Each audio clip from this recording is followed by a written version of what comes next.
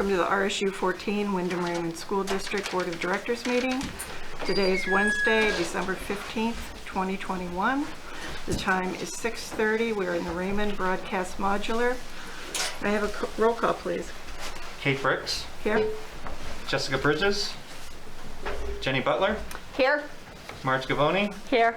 Pete Hensler. Here. Char Jewell. Here. Kate Levier. Here. Scott McLean. Mike McClellan. Here. Al Potter. Here. All set? Will you please rise and join me in the Pledge of Allegiance? I pledge allegiance to the flag of the United States of America and to the republic for which it stands, one nation, under God, indivisible, with liberty and justice for all.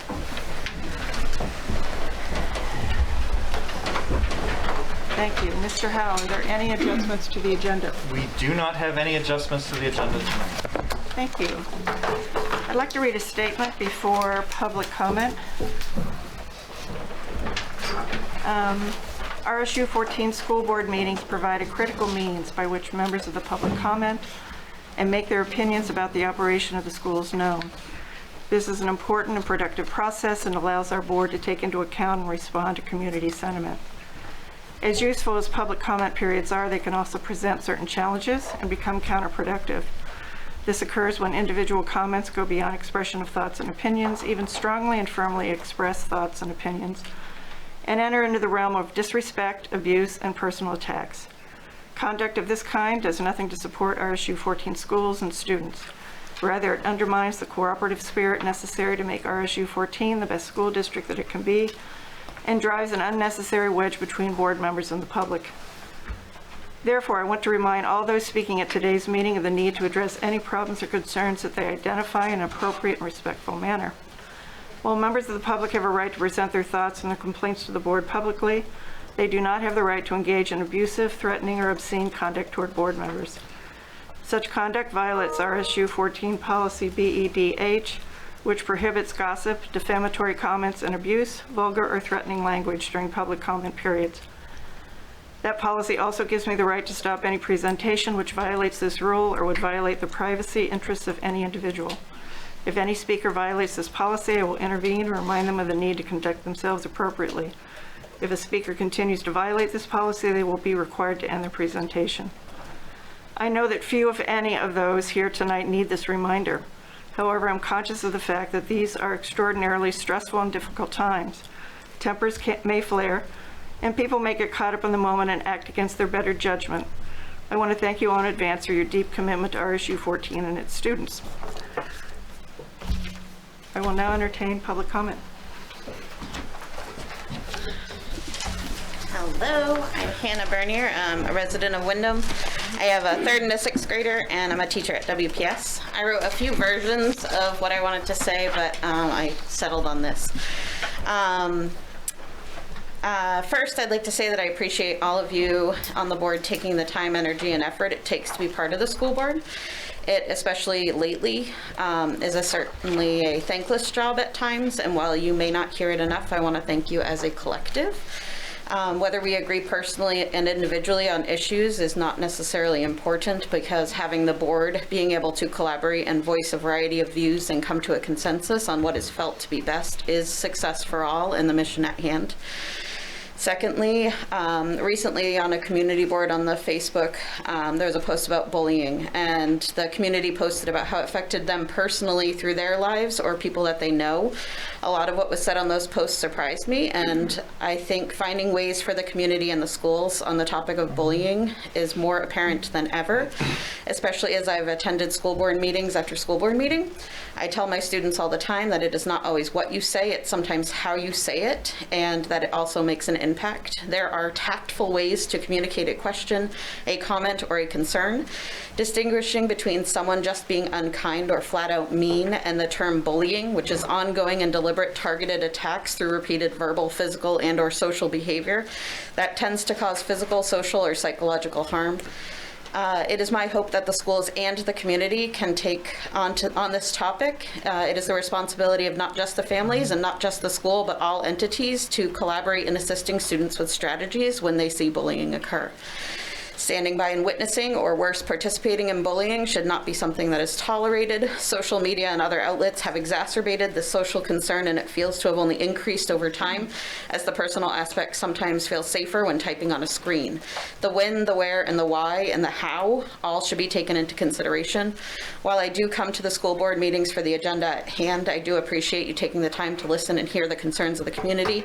I look forward to continued communication about all things related to and pertaining to this success for all students, and knowing that there is no one right answer or solution in any of these given situations, but to decide as a board for a collective. So thank you all. I appreciate you. Thank you. In case there are folks here who have never spoken before, I was remiss in not reminding that it's a 3-minute limit, just so that it doesn't look like I'm rude and saying your time is up. Hello. Hi, I'm Kristen Day. Today I'm addressing this board with concern about the legitimacy of one member of this board. As you know, recently a board member publicly posted on the Windham Raymond parenting community a repost that encourages moms to connect to get the training they need to fight extremism, to counter anti-critical race theory rhetoric from right-wing extremists. The repost describes how parents came together in another district, were organized, angered the anti-CRT crowd, and soon they stopped speaking. Eventually, they stopped showing up altogether. This board member's description on the post was, "I think this is interesting, and it's definitely better to be prepared." CRT is a part of a college-level area of study, and it's not accepted for K-12 public school curriculums, and is denounced by most districts in the U.S. Parents are vigilant in making sure CRT does not become standard in the future, and we've asked. The DOE and RSU 14 board have said CRT is not in Maine or in our district. The post was a divisive, preemptive attempt to discredit parents who this member apparently thinks they see coming, which implies they think CRT will be here and support it. This board member mischaracterized RSU 14 parents who would be against CRT, that's me, as right-wing extremists. This was a neglect of their ethical duty as an elected member of this board. This member has also proven that their candidacy was fraudulent, as they made evident that they do not in good faith represent all the taxpayers in this community. This post has resulted in at least 4 RSU 14 Code of Ethics violations. Item A, I will view service on the board as an opportunity to serve my community, state, and nation, because I believe public education is the best means to promote the welfare of our people and to preserve our democratic way of life. Everyone has a voice. Item B, I will at times think of children first and base my decisions on how they will affect children, their education, and their training. CRT is not for children.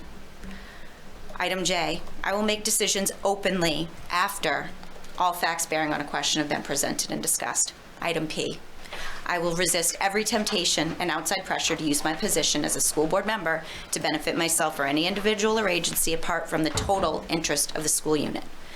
This member holds one of 9 seats, which makes all policy for the district. Based on their action, it is the position of the Parents' Choice Group that this board member is bound to resign the privilege to the seat they were elected to. We're asking for their immediate resignation. Kate, you have explained that the board has neither duty nor authority to censure or remove the member. Is there any consequence for a Code of Ethics violation? And if not, what purpose does the Code of Ethics serve? Also, what is the process, or what would have to happen to update the school board's duty and authority in removing or censuring a member for ethics violations made outside of a session? Thank you and happy holidays.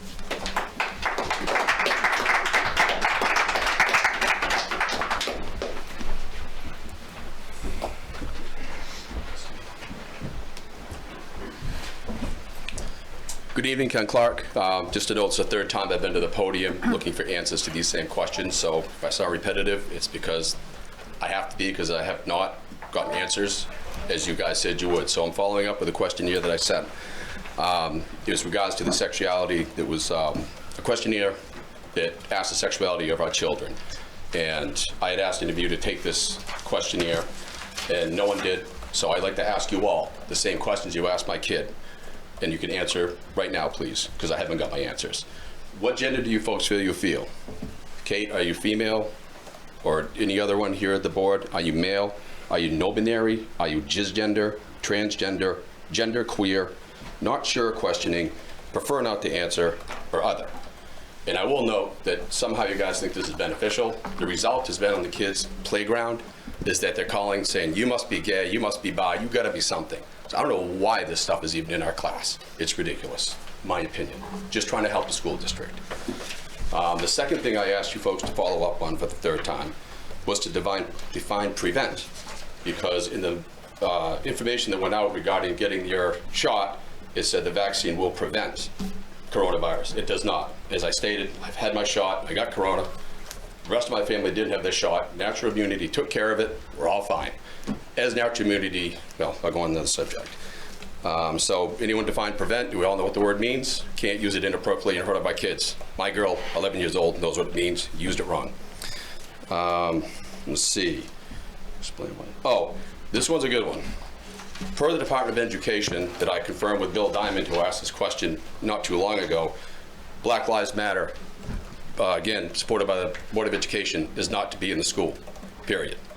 I sent a photo of a Black Lives Matter picture to you folks 2 weeks ago.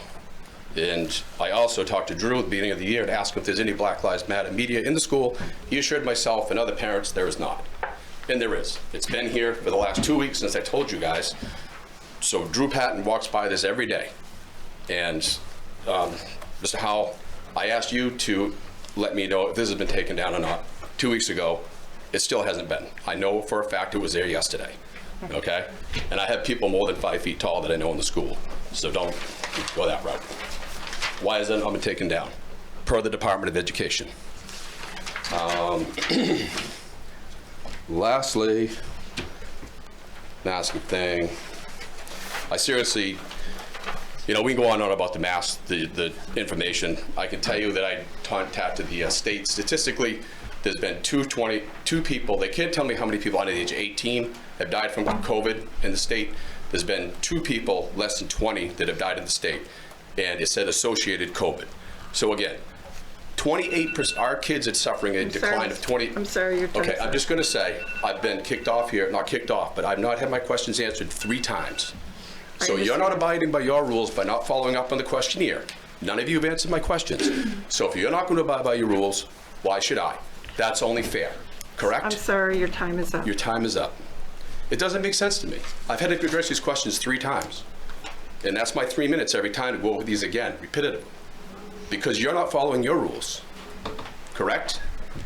You're not answering the questions I've asked 3 times.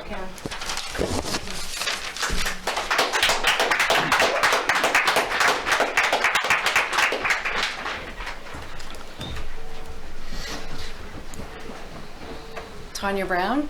I have 5 points and questions. Transparency and communication. There are questions at each one of these board meetings that we would like review and responses to, but I think that it only goes back to the person that asked the question. I would like to request that a platform in which all questions asked and answered be public for anyone in the community to be able to access. Also wanted to know if we are able to have the public comments and questions from the Zoom participants. 2, roundtable discussion.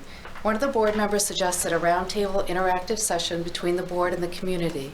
Is this in the works or being considered? 3, legal rights.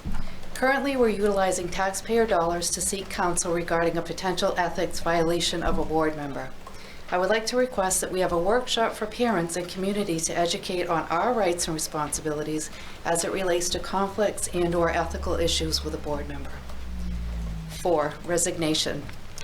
There have been several members of the community that have asked for Jenny Butler's resignation for her recent critical race theory extremist promotion of a special interest group on Facebook with no response. In looking at the MSBA handbook quickly today, under 12.8, it states, not using your office for personal or partisan gain or for the benefit of your family, friends, or special interest group.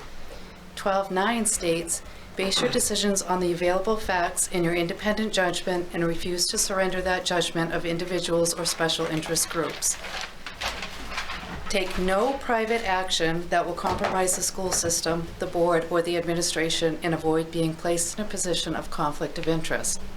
Those points alone are documented ethical issues. If there was no conflict or issue with promoting a special interest group, then why was the post taken down?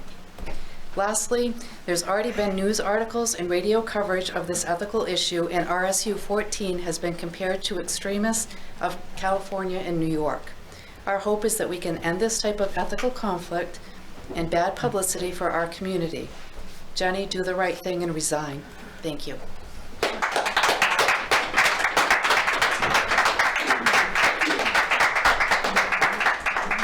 Anyone else?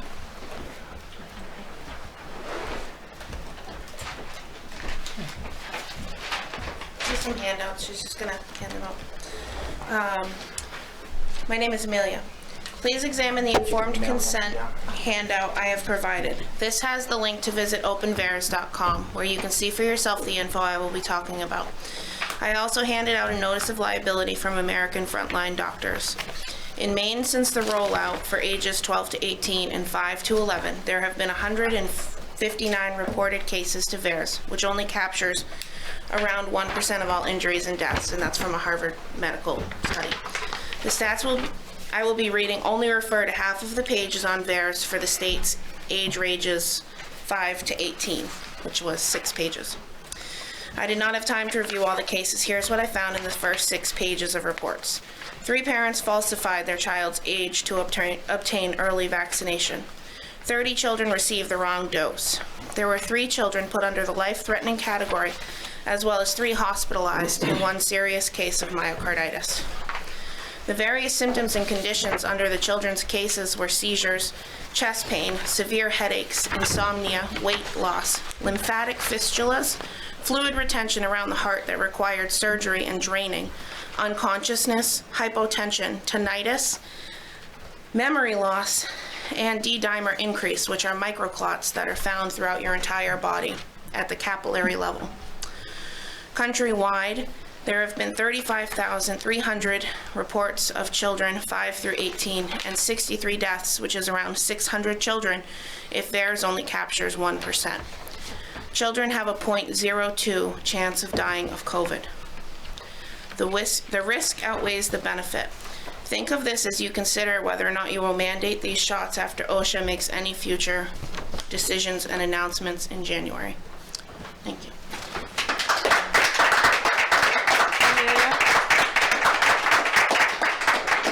Amelia, I'm sorry, I didn't get your last name. Lacasse.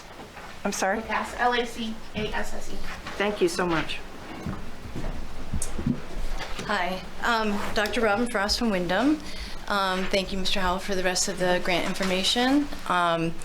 What I am finding is that the application does have requirements, and does part of the requirements for the grant acceptance would be universal masking, but I think it warrants further review on the applications you just handed me, and we'll continue to work with various people in regard to this. Second, if you could please, and I don't mind sending a request to you, but if you plan on having vaccine clinics, and I know that Stephen, who can be here, one of the parents asked this question about liability, and you stated that the people that are coming in that do the vaccines are the ones that are liable. Can I will send a request and then you can just respond, because I have a hard time getting it with email. Who is the medical company that's coming in? And I understand that there has to be an additional liability binder that has to be set in place that we would all, as parents and community, like to see, and make sure that you're not jeopardizing the liability of our whole community. And third, I would just like to say that you know, this community was united, and it appears to be very divided. I want to thank both of you for your presence here, and we appreciate that as parents and as a community, that you're always looking out for having that unity versus diversity, and I appreciate that. And thank you, Mr. Howell, for inviting them. So the last point is that, you know, we are looking at, you know, if you look at 9/11, we united, but with this, you know, diversity with what we're trying to promote in our schools is really counterproductive to what we're seeing with one of the school board members and what was posted. And and actually kind of liable to categorize me as a parent as a right-wing extremist when nobody really knows my political alignment or agenda. Quite frankly, Democrats and Republicans, I'm not really that pleased with. So I think that having that type of written libel about these people that continue to come here, and their purpose for coming here is not to create anger, it's not to have presence, it's not to anger you and not appreciate for what you do, but it's for our children, and that we care about our children. And that is our only purpose here. We are not extremists, and I have to send my child to school every day with sadness and physical problems. So thank Dr. you Frost, so thank much. you. I appreciate it. Thank you so much, Kate. You guys have a Merry Christmas. Thank you very much.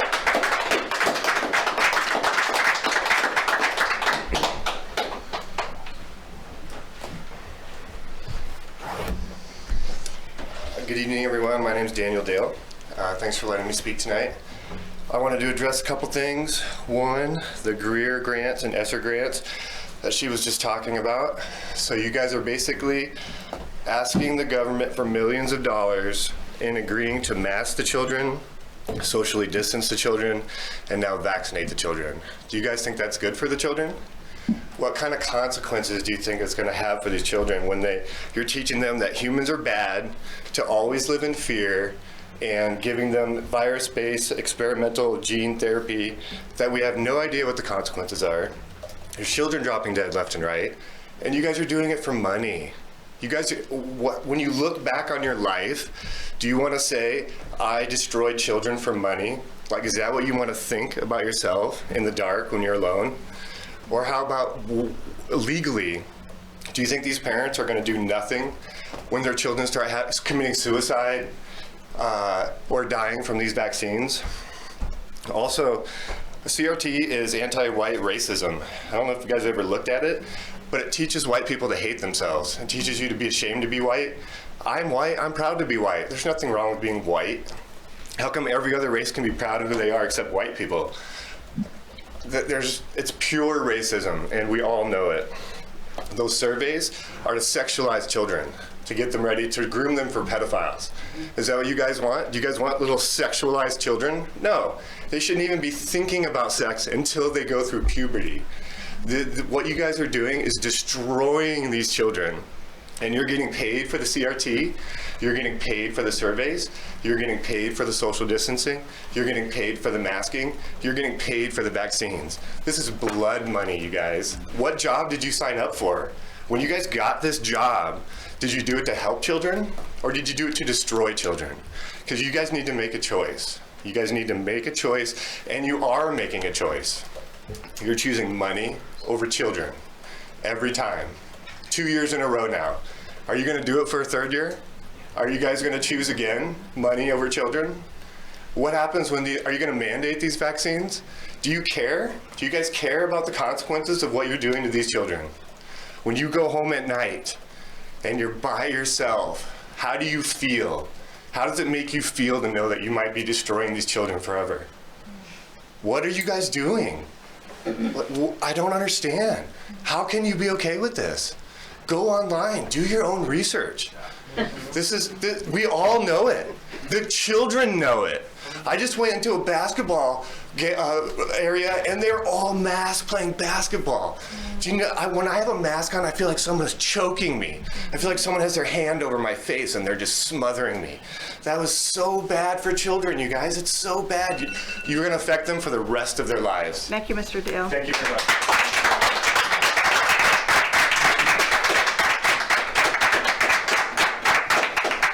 Any other comments? I'm Rebecca Cole. I teach first grade at Windham Primary School. I'm a resident of Windham. I'm also the president of Sebago East Shore EA and serve on the NAA Board of Directors. And I was not going to say anything, but I cannot sit there and have my colleagues and people that I know care deeply about the well-being of children accused of destroying them deliberately for money. And I won't sit there and listen to that. That's not true. It's just not. We are not teaching CRT in schools. I told you at the last meeting, I'm an equity educator. We are not doing anything remotely resembling CRT in our schools, K through 12, including adult ed. It's not happening. And I would be doing a disservice to my colleagues to sit there and allow them to be accused of such heinous action. Thank you.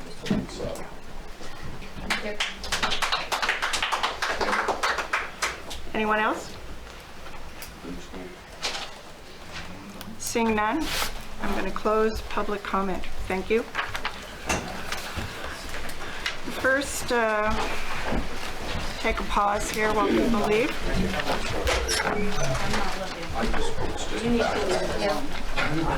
I'll just try to help out with information.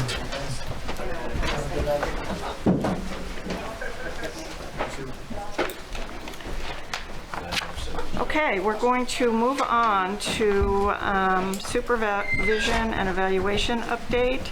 We have some wonderful educators joining us, and Mr. Howell, if you give us a brief overview, please. Sure. So we do have the pleasure of having Ms. Vargo Ward, Ms. Cole, and Mr. Levine. They are our 3 co-chairs of our Supervision Evaluation Committee.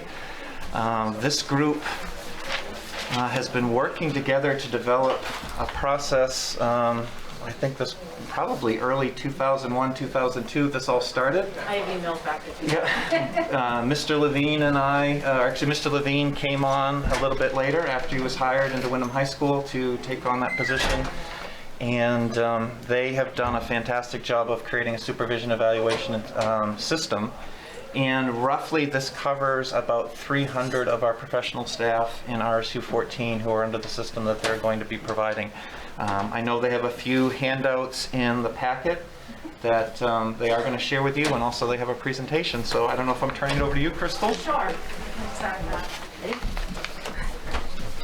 And Mike and Becca? Yeah. It's a pleasure to be here with you. There's some new members since we shared our update 4 years ago. I was here with Holly Wilson. So I'm Crystal Vargo Ward. I'm the assistant principal at Manchester School, but I have been lucky enough to have worked with supervision evaluation along with Rebecca for over 20 years while watching it evolve. And I've experienced it as a teacher as well as an administrator. So I'm very happy at the progress this team. It's an ongoing committee.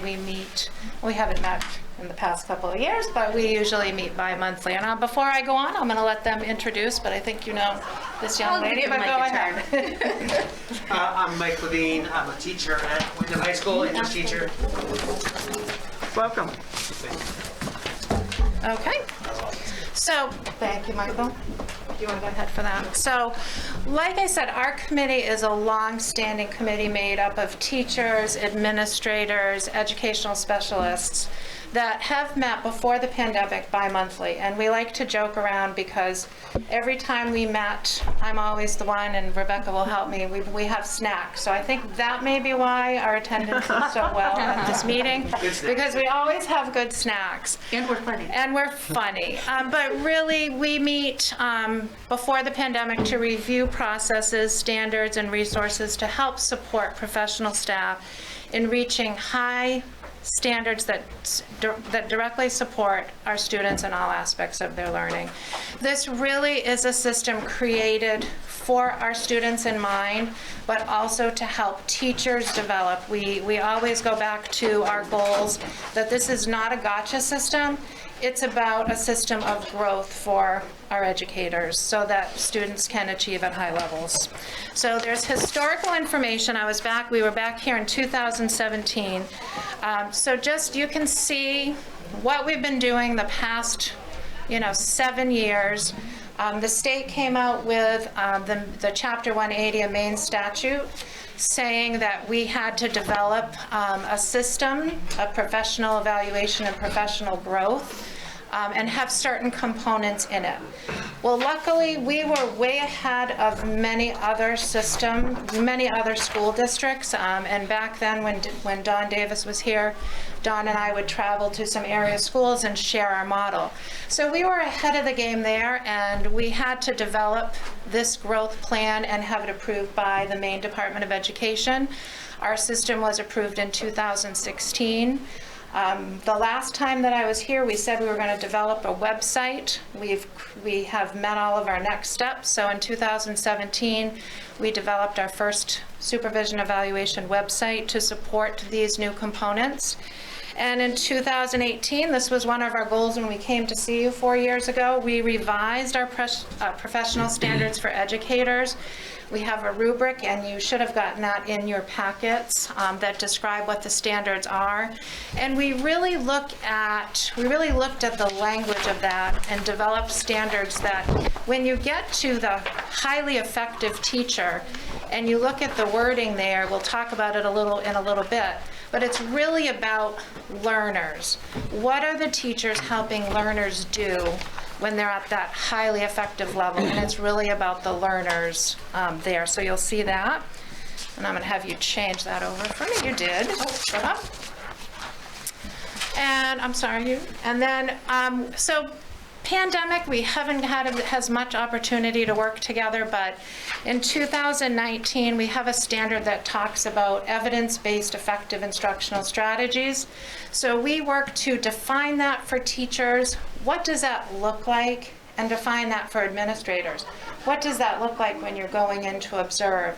And that's directly aligned to some work that we're doing with the administrative team too around developing an instructional framework. So we were happy to take on some of that work and very proud of the team for doing that.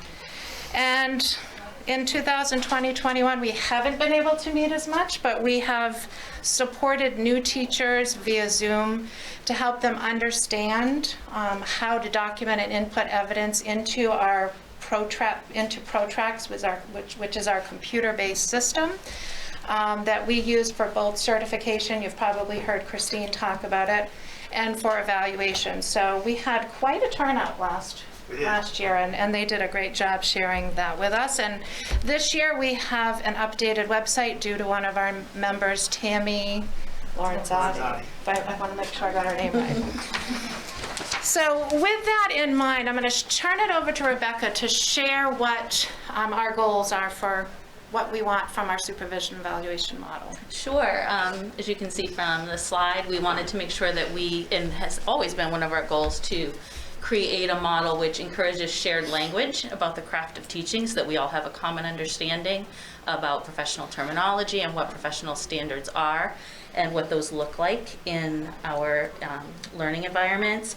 Being sure that we're supporting collaboration throughout our community, knowing that we can learn best when we learn from each other, developing teaching practices that, as Crystal said, are evidence-based and research-based, and that we continue to develop as professionals, ensuring that the practices in which we engage are fostering student learning, and providing opportunities for us to be, as practitioners, reflective about our work, and again, continuing to develop our craft as we move through unforeseen, unprecedented times. We've continued to do that, especially recently, and improving student learning and growth, and ensuring that all of our students experience effective educators throughout their time in the district. Thank you. So currently, we have evaluation processes. So we have probationary teachers who are coming new to our district. They might be brand new teachers, or if they're coming from another district, they're considered probationary with us. And that probationary teachers are formally evaluated every 2 years, and that just changed last fall. It used to be every 3. So that's a change for us. Professional educators are formally evaluated every 3 years.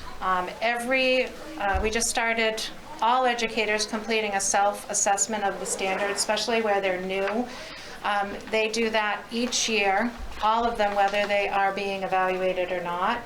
This year, we're tweaking things a little bit, and they're collecting evidence on those standards and having to put those in protracts.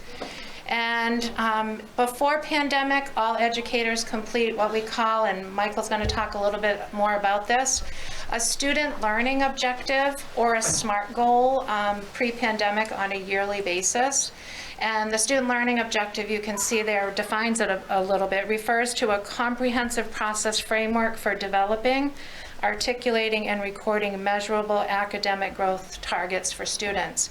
And Michael feels really strongly about this process and engaging in this process and how much it has kind of changed his teaching.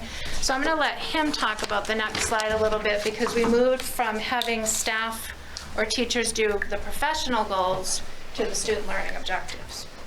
So the reason why I like the SLOs so much is it really models a way of thinking about your craft as a teacher. So in a nutshell, what you do basically is you pick an area that a skill you're trying to instruct your students in. It could be like understanding prefixes and suffixes. Being an English teacher, that comes to mind. So you do a pre-assessment where you collect data. And of course, the students always say, well, how are we supposed to know how to do this? You haven't taught it to us yet. And I said, well, just try it so I can see what I have to teach you. And then you take that data and you use it to develop your instructional unit. And at the end of your instructional unit, you give basically the same assessment again, and you compare the results. And you know, sometimes the results are fantastic, and you're like, that was an out of the park home run. Oftentimes, however, it's not that clean, and that's where the really fun part comes in for me, because then you ask yourself, well, what happened? Like, what didn't work, or what could I have done better? And then you write this reflective piece. And so the goal is not necessarily to just showcase your home run, because we all know we can hit home runs. The idea is to find something that you might be struggling with a bit, and then you do an SLO around that, and then your administrator sits down with you and discusses what worked, what didn't work, and gives you some ideas on how to make that unit maybe more effective. And I remember doing that actually with you, Mr. Howell, when you were principal, and that was a very valuable experience. So, and similarly with the evidence, the goal is not to prove that you exceed the standards in every area as a teacher. The goal is to actually engage in reflection and pick areas that you know that you need to grow in, and then look at what you did that year to maybe help yourself grow in that arena. So the growth model really comes into play, and even when I'm not doing an SLO, I have used that model of pre and post assessment and reflection on what went well and what didn't as a way to improve my practice. So it's really a very valuable technique. And we found too with professional goals, a lot of times they weren't as meaningful as they could be when the teachers are just picking, oh, I want to get better at this, because it says learning goals for teachers, when we really said, and this was state mandated, however, it was a practice that we're continuing, though we don't necessarily have to. We found that teachers were more collaborative, more reflective, really focusing on data and student growth, and that was the whole point of it. So though the state has said you don't necessarily have to have these anymore as part of your system, we're keeping that for the SMART goal, because it really grounds us in data and has us look at where are our students coming in and how are we going to help them grow. So it's been a successful piece of our system. I would say too that shifting the way that we think about professional standards and professional goals to that student focus has really helped engage them in their own learning. It's not that we're doing something to them, we're not standing in front of a room pontificating, we're engaging kids in recognizing their own progress, recognizing where they need to make more progress and what help they need to do that. And I attribute more than a part, a good portion of that shift to our teachers' work, our professionals' work with the notion of standards-based practice and really looking at student growth, not just an achievement, but progress. And we can go to the next slide. Rebecca was going to talk a little bit about, introduce you to, so you should have gotten this in your packet from Terry, which shows you the professional standards for educators, and this is the revised version. I'll have you share a little bit about that. I can jump into it. Sure. You might, if you have seen past iterations of the protocol, we did have 4 domains, and we've collapsed 2 of those to be really one. We found that a lot of the evidence overlapped between those 2 domains. We found a lot of the standards really overlapped, and so we decided to go ahead and just create 3 domains out of the 4. And so for domain 1, the learning environment would be the physical environment, but it's also the relationships that we build with students.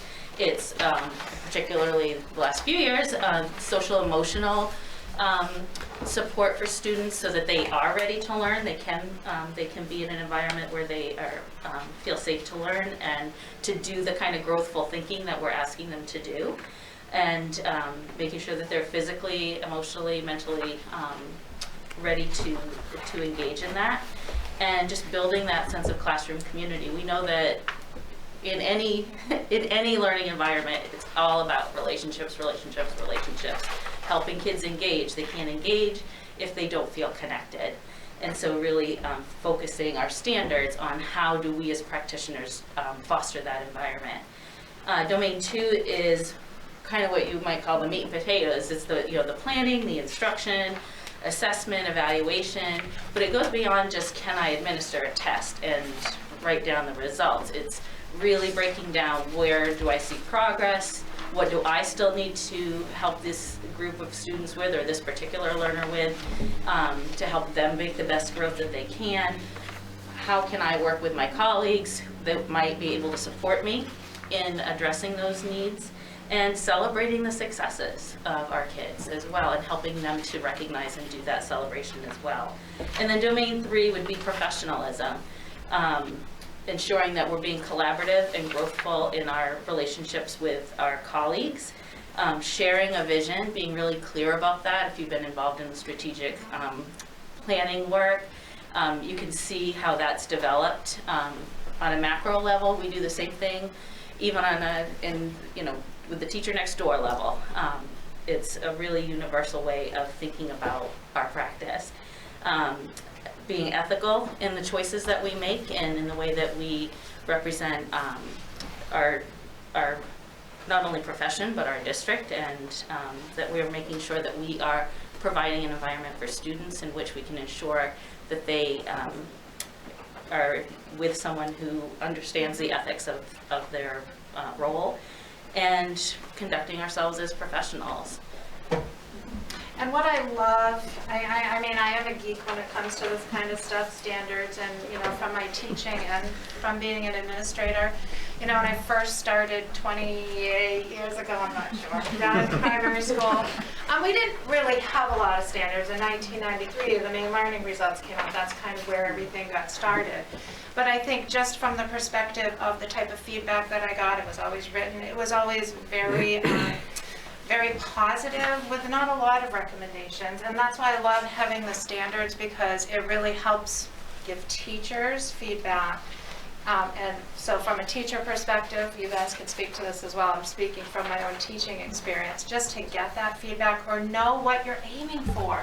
Just like our kids, we want our kids to know what they're aiming for. So having the standards is great for teachers, great conversations when we sit down with teachers at the beginning of the year and talk to them when they're in their evaluative year. What are your strengths? What are your challenges? Twos or developing effective practice, that's okay. It's what you want to improve upon.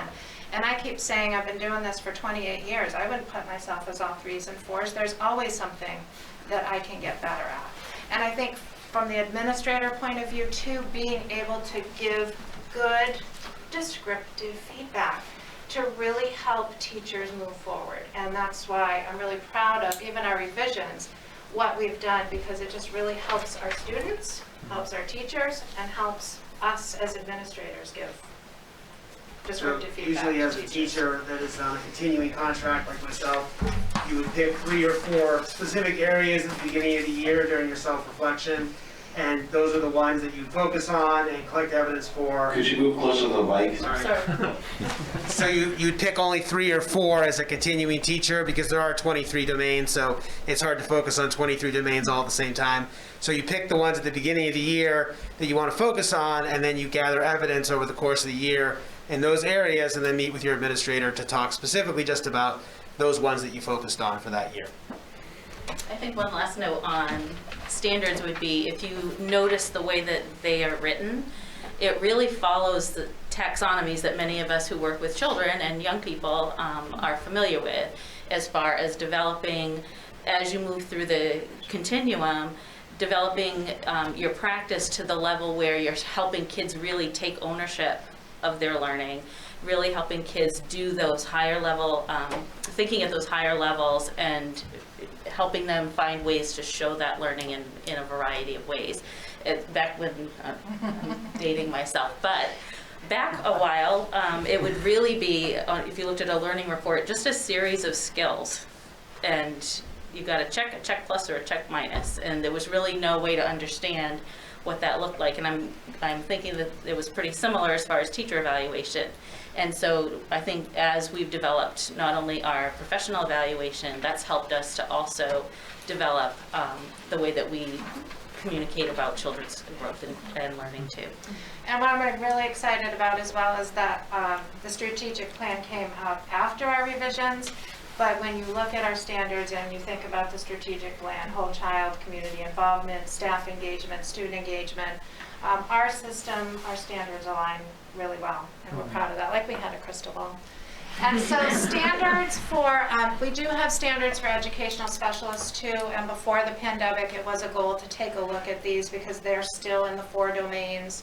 So we do have sets of standards for therapists, including occupational and physical therapists, speech and language therapists, counselors, social workers, and psychologists, and we do have standards for nurses. So that's still a next step for us to think about, looking at those and doing some revisions as necessary. But I already said this at the beginning, we've revised our website, revised our standards. We have continued with professional development for staff and administrators around these standards. And one of the things we were thinking about starting, and Kristen's going to help me with this still, is refining our mentoring program, because that shifted from certification to supervision evaluation, and we kind of lost track of that with the pandemic. Develop and continue developing that. This was one of Michael's goals that he really felt strongly about, developing an updated document that provides sample evidence of what each indicator might look like in action for teachers. So what evidence are we looking for here? Because that also helps calibrate the administrators. And then just devising a timeline to look at these standards for educational specialists. And that just tells you who our members are. Hope I didn't miss Tammy on that. I may have. Okay. All right, perfect. So any questions for us, or? Anybody have any questions? Sure. I do have one quick question. It's just a clarifying question. On Domain 2, Planning, Instruction, and Assessment, number 2D over in the evidence column. Yes. The second one on the list says manipulatives. Okay. What is So that refer to? manipulatives, so if you're teaching math, Casey will, she's our math person, but if our kids are learning fractions using hands-on materials that are going to help them with those concepts. So anything that's hands-on, and again, that's teacher, we're trying to keep a lot of that clear for people and not put a lot of that educator jargon in there, just another word for hands-on materials. Okay, gotcha, thank you. Things that you can manipulate with your hands. I did also share with Crystal, I think you might have had to jump off the call the other day, but as part of my work as NEA director, I also have to be part of a subcommittee, and the subcommittee to which I belong is the Professional Standards and Practice Committee, and we just met a week ago, and listening to the protocols from our colleagues in other states, we have certainly had ours in development consistently, much longer than many of them. And as I described what our protocol looks like, I had a lot of requests for more information. They really appreciated the fact that it's student focused. They liked the language of our standards. Again, it's a growth, not a gotcha system. But there is, it doesn't preclude anyone from really identifying areas where someone really needs some targeted support in their growth as a professional. And I just wanted to share that with the board. Thank you.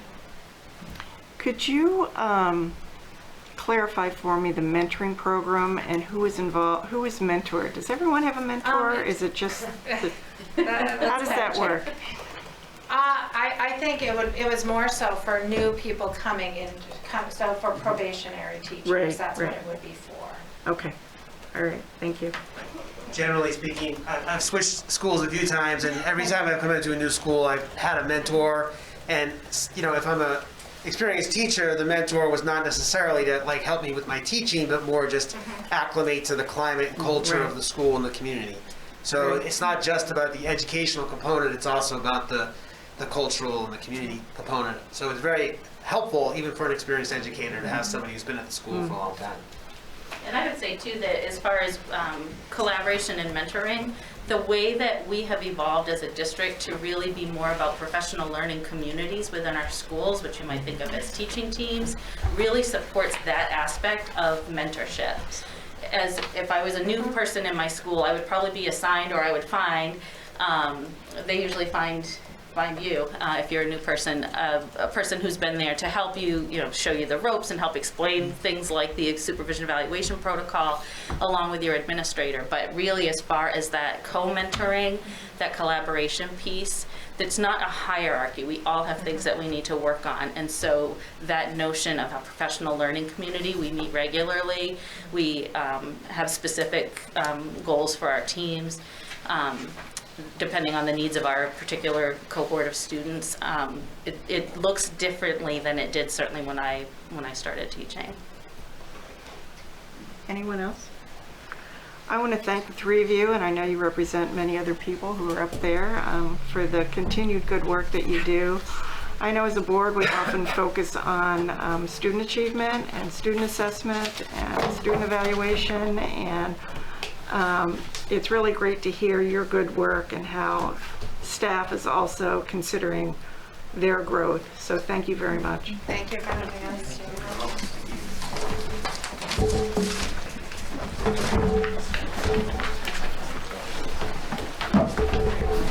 Next up, we have item 7, District Achievement Report.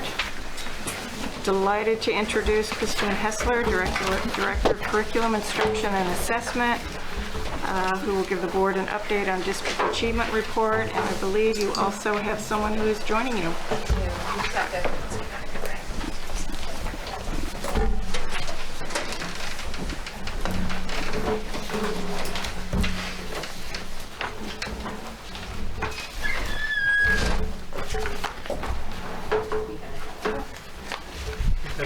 We're just getting up to speed with the... We're working on technology here.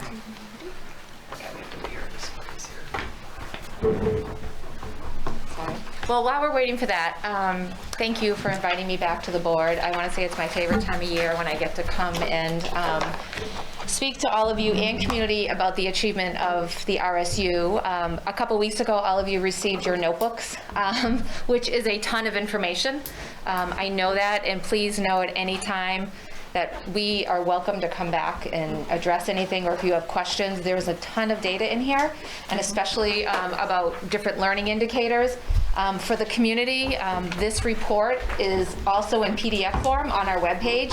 Gary Harriman actually put it up this afternoon as a recent news item, and it's on the annual achievement page.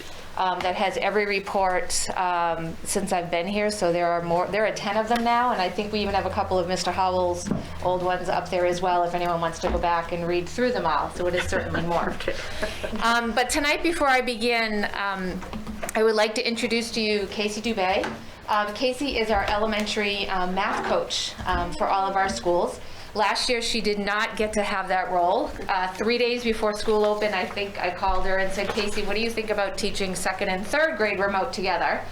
And she jumped in and did that brilliantly. I am extremely fortunate because this year, Casey is doing a year-long internship in curriculum. And so me, as a department of one, I actually have a partner this year. And we have been able to do some phenomenal things that you're going to see in this report. So I've invited Casey to join me tonight because there are some parts of this report that I need her to share because of the incredible work that she's doing with our staff and the difference that she's actually making along with all of our other teachers. So some of the pieces you're going to see are ones we always talk about this time of year because it's really important for us to ground ourselves in data with our trends. But then we have some new things to show with you as well. So just for community to understand, is the goal of this report is to share an update with the school board and community of our schools regarding our demographics, our resources, student learning, and our building goals. It's really important for us to always kind of track and see where we are. It kind of recenters us every year because it also helps us plan as we move forward. And so this includes data and it also includes planning for our future. So we're just going to wait for the other Christine to get my button. I missed you.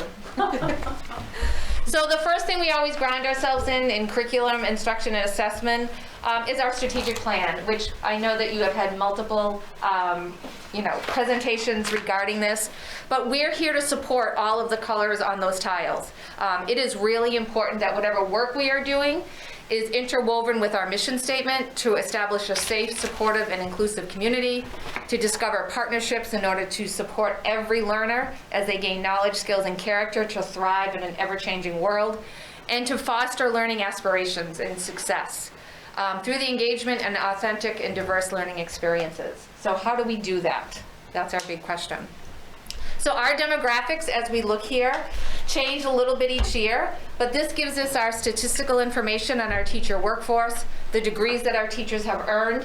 I'm really excited to say someone get to fill out the form for a lane change.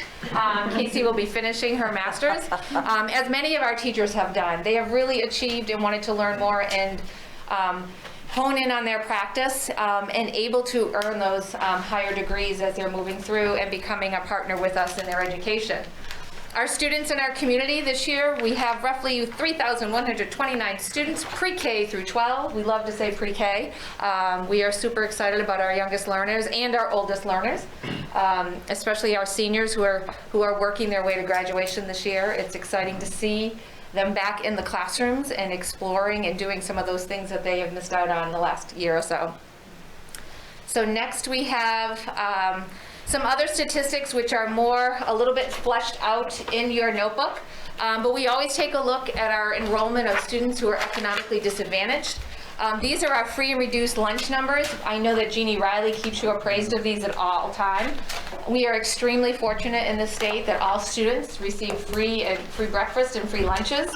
Our big push, which you'll hear me talk about later in the spring, is our Title I funding is directly aligned to our free and reduced percentages. And we are working with the Department of Education to look at some different metrics, because as you can imagine, if you don't have to fill out a form, why would I fill out a form in order to get those numbers? And so we are looking for guidance along with California, the state of California, of how do we get our funding based on our free and reduced lunch numbers when it's kind of an old school formula. So I'll have more for you coming with that, but we're feeling like we're going to be pretty successful with that piece. As you know, our kitchen staffs from every school are absolutely phenomenal. The number of kids they're feeding every day. My two girls are extremely jealous when they see what we're serving because they don't get that in their district. And just the enthusiasm that students are eating really healthy food and have amazing choices. I mean, you can just put it all that right there. Our next are our students receiving special education services. Right now we have 472 students. These are our October 1 counts for you. We've broken it down for you to see the percentage of students categorized by their disabilities and how we're servicing those students in there. So of course Lisa Garno would be sharing more depth information as we get to budget, but this is an overall picture for you of how many of our students, about 15%, have an identified disability in the RSU. So our enrollment trends, these are always fun each year. You can see that in Raymond Elementary and our primary schools, our numbers are up a little bit at the Raymond Elementary School and down a little bit at the primary school. These are really great for the board to have because we track those enrollments as we're looking at class numbers, class sizes. So this at least gives us trends. We know we get those bubble groups that come through, and how do we track that, and how do we know how to plan for each school year? This graph is showing the Manchester School and our Jordan Small Middle School. So each of those numbers are our October 1 numbers. And then lastly, Windham Middle School and Windham High School.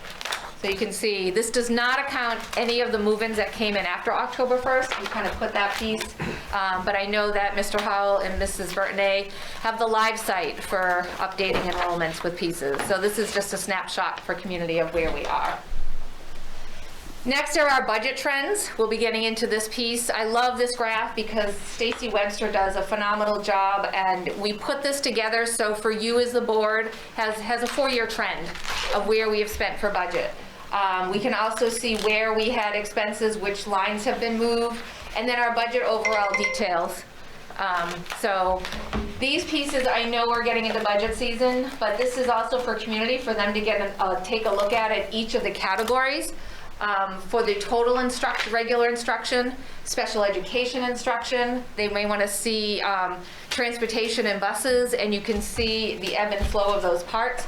Also with our debt services and other contingencies pieces that we have, it kind of gives it as one whole group for you to have together. Next is our cost per pupil. So each year we can look at the main state average of our cost per pupil for each of our students.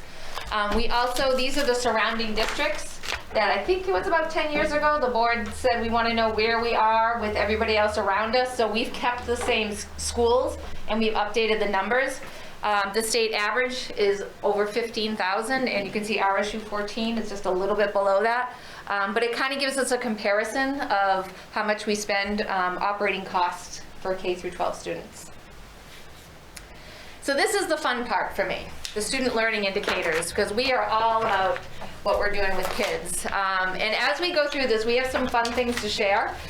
Casey and I have been entrenched in classrooms this past couple of weeks, and we have some things we really hope we want to share with you tonight.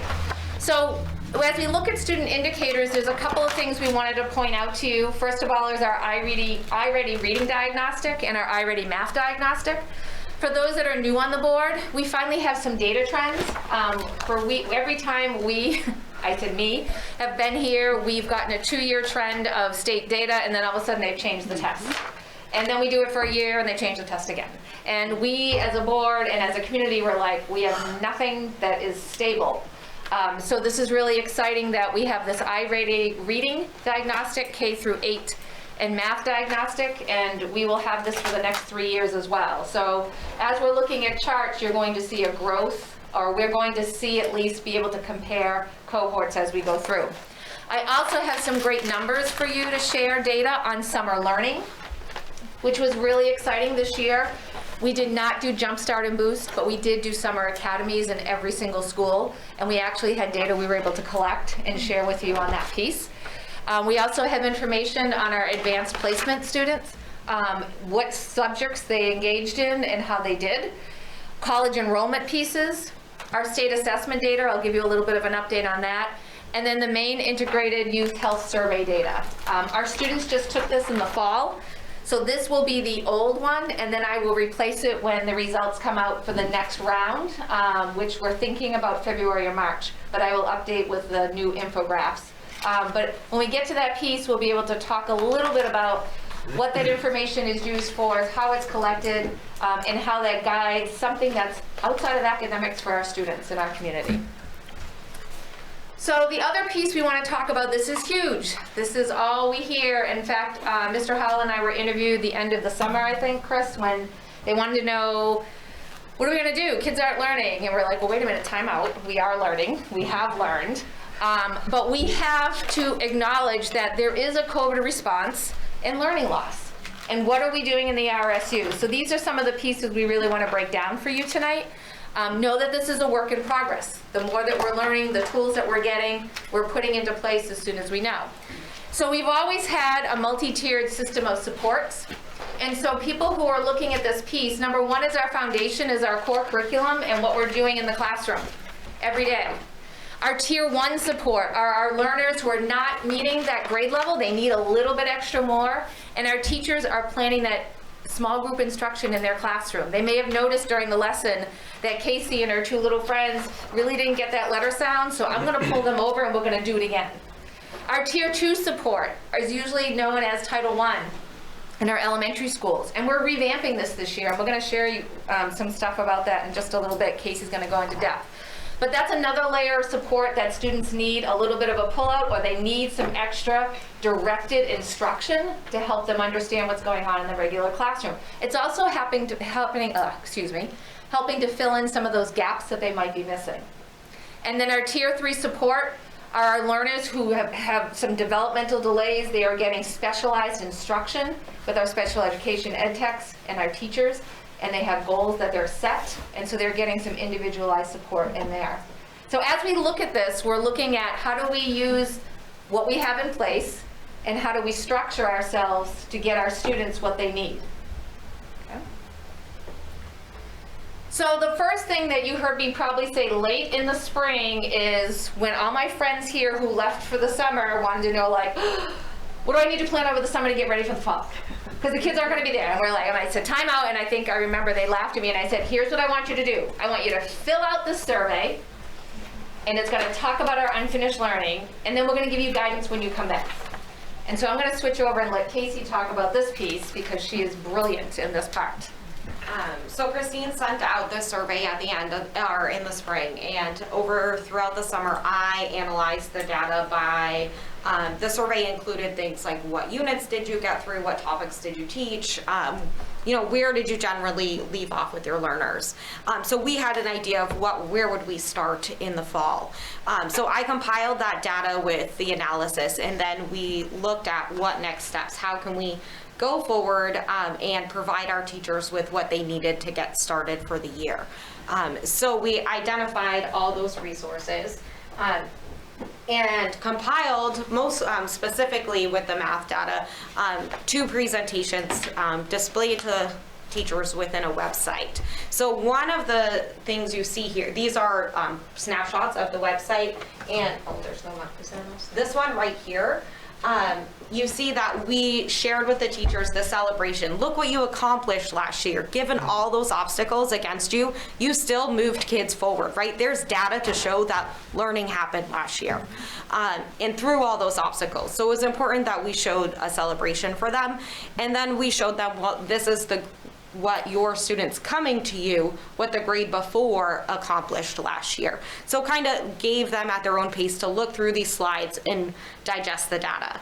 And then we provided them within that same website more resources so they could hit the ground running with math. Here's the resources for lesson 0. Here's some tools to help you get started with establishing routines for success, including laying the groundwork for, you'll see hand signal communication, that every learner can access the lesson, and being prepared to differentiate with small groups, which has been a big learning for many people, many educators this year, and one of the things you'll see us begin to talk about.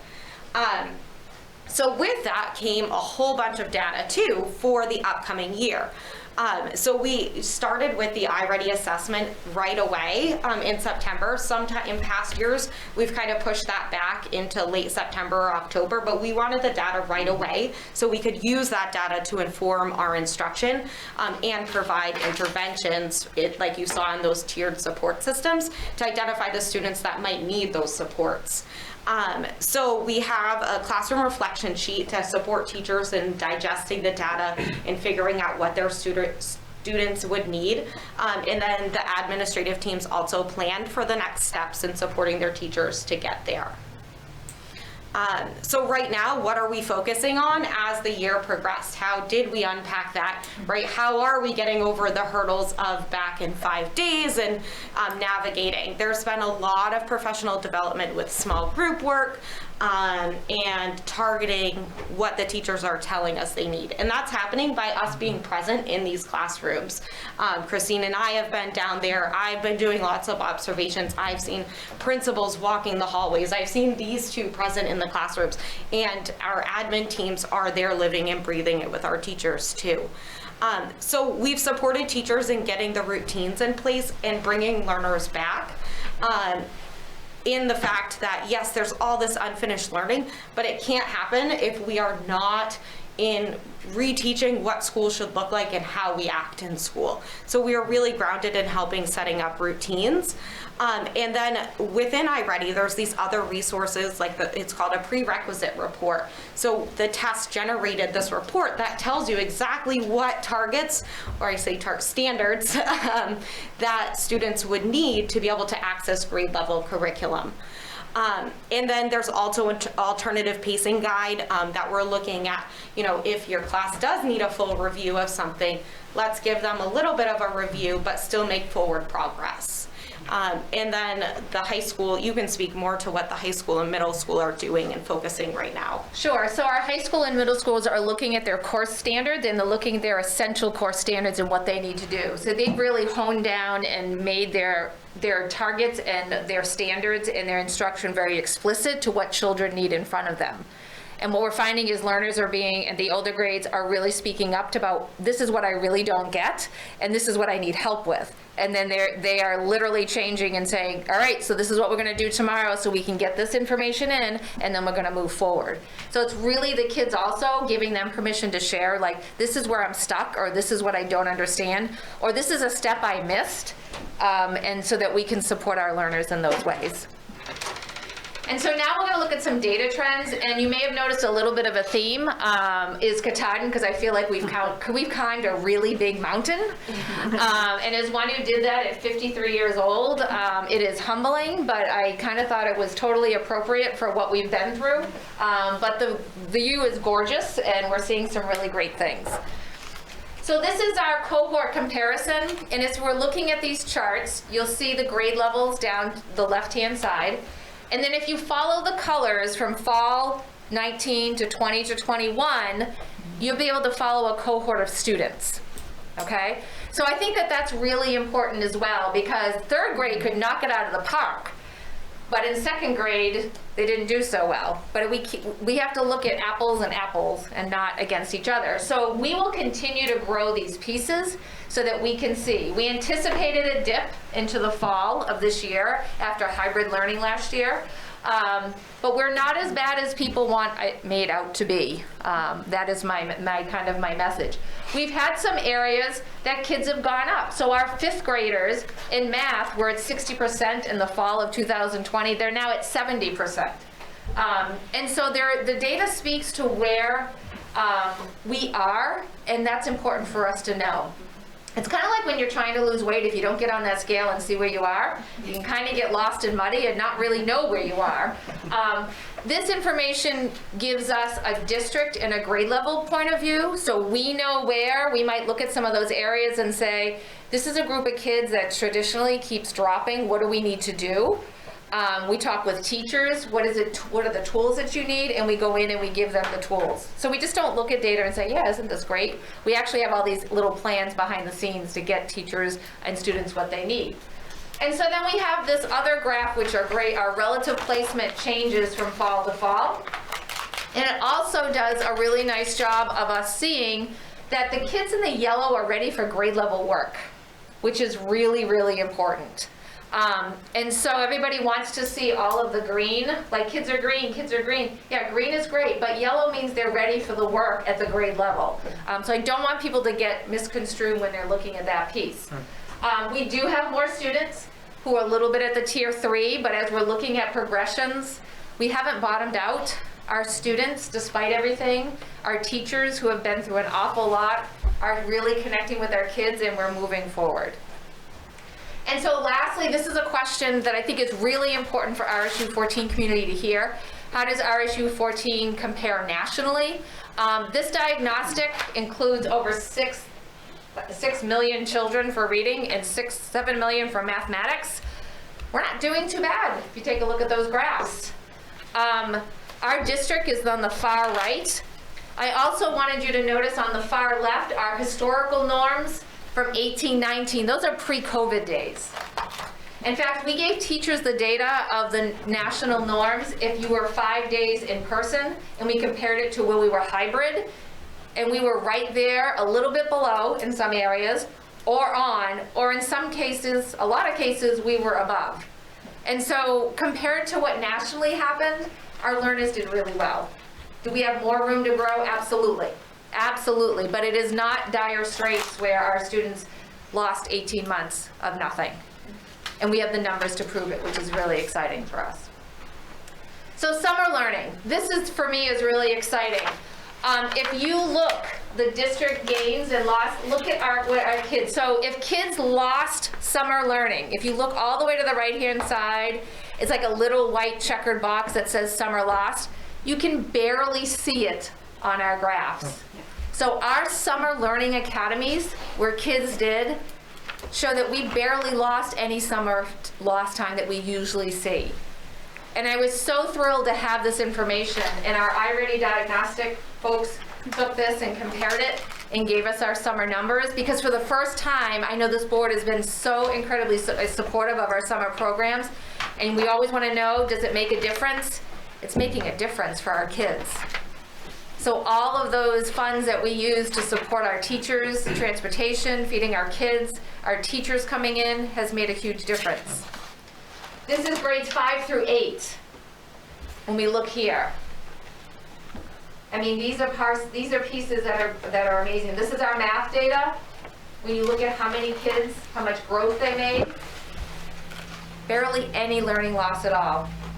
And I know you heard from our administrators what summer programming was like. Kids, they did some really neat projects with kids. They engaged kids in a different way. They made learning fun, and they were able to extend the school year for them. So this was a huge piece for us. And there's our 5th through 8th grade. Again, we think of summer school sometimes as a really big drag, but boy, did it really help us. And then at the high school level, our advanced placement cohorts, we can see the number of courses or number of exams that were taken. The high school helped us compile all this data. We can see of students who score a 3 or higher. 51% of our students last year, even in the hybrid, had a score of 3 or above. That's really good news. Kids are engaging. The other piece, which is exciting for us, is students who are accessing early college enrollment courses while they're at Windham High School. This fall, we have 49 students.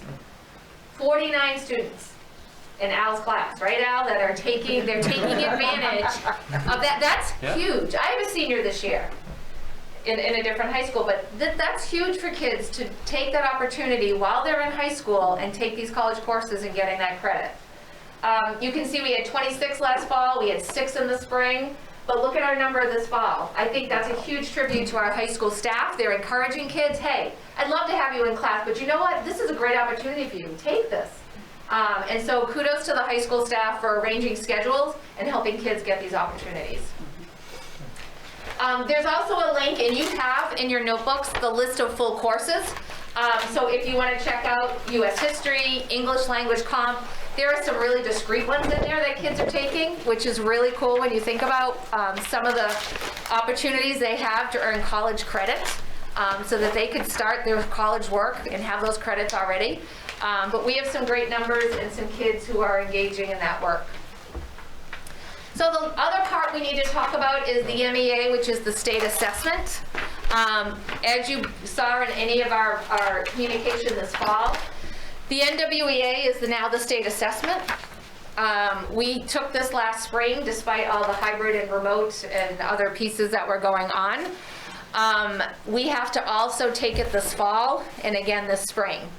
So this NWEA data is collected by the state of Maine. I was able to get you the overviews of how many students took this last spring that just came out. We have no scores from this fall.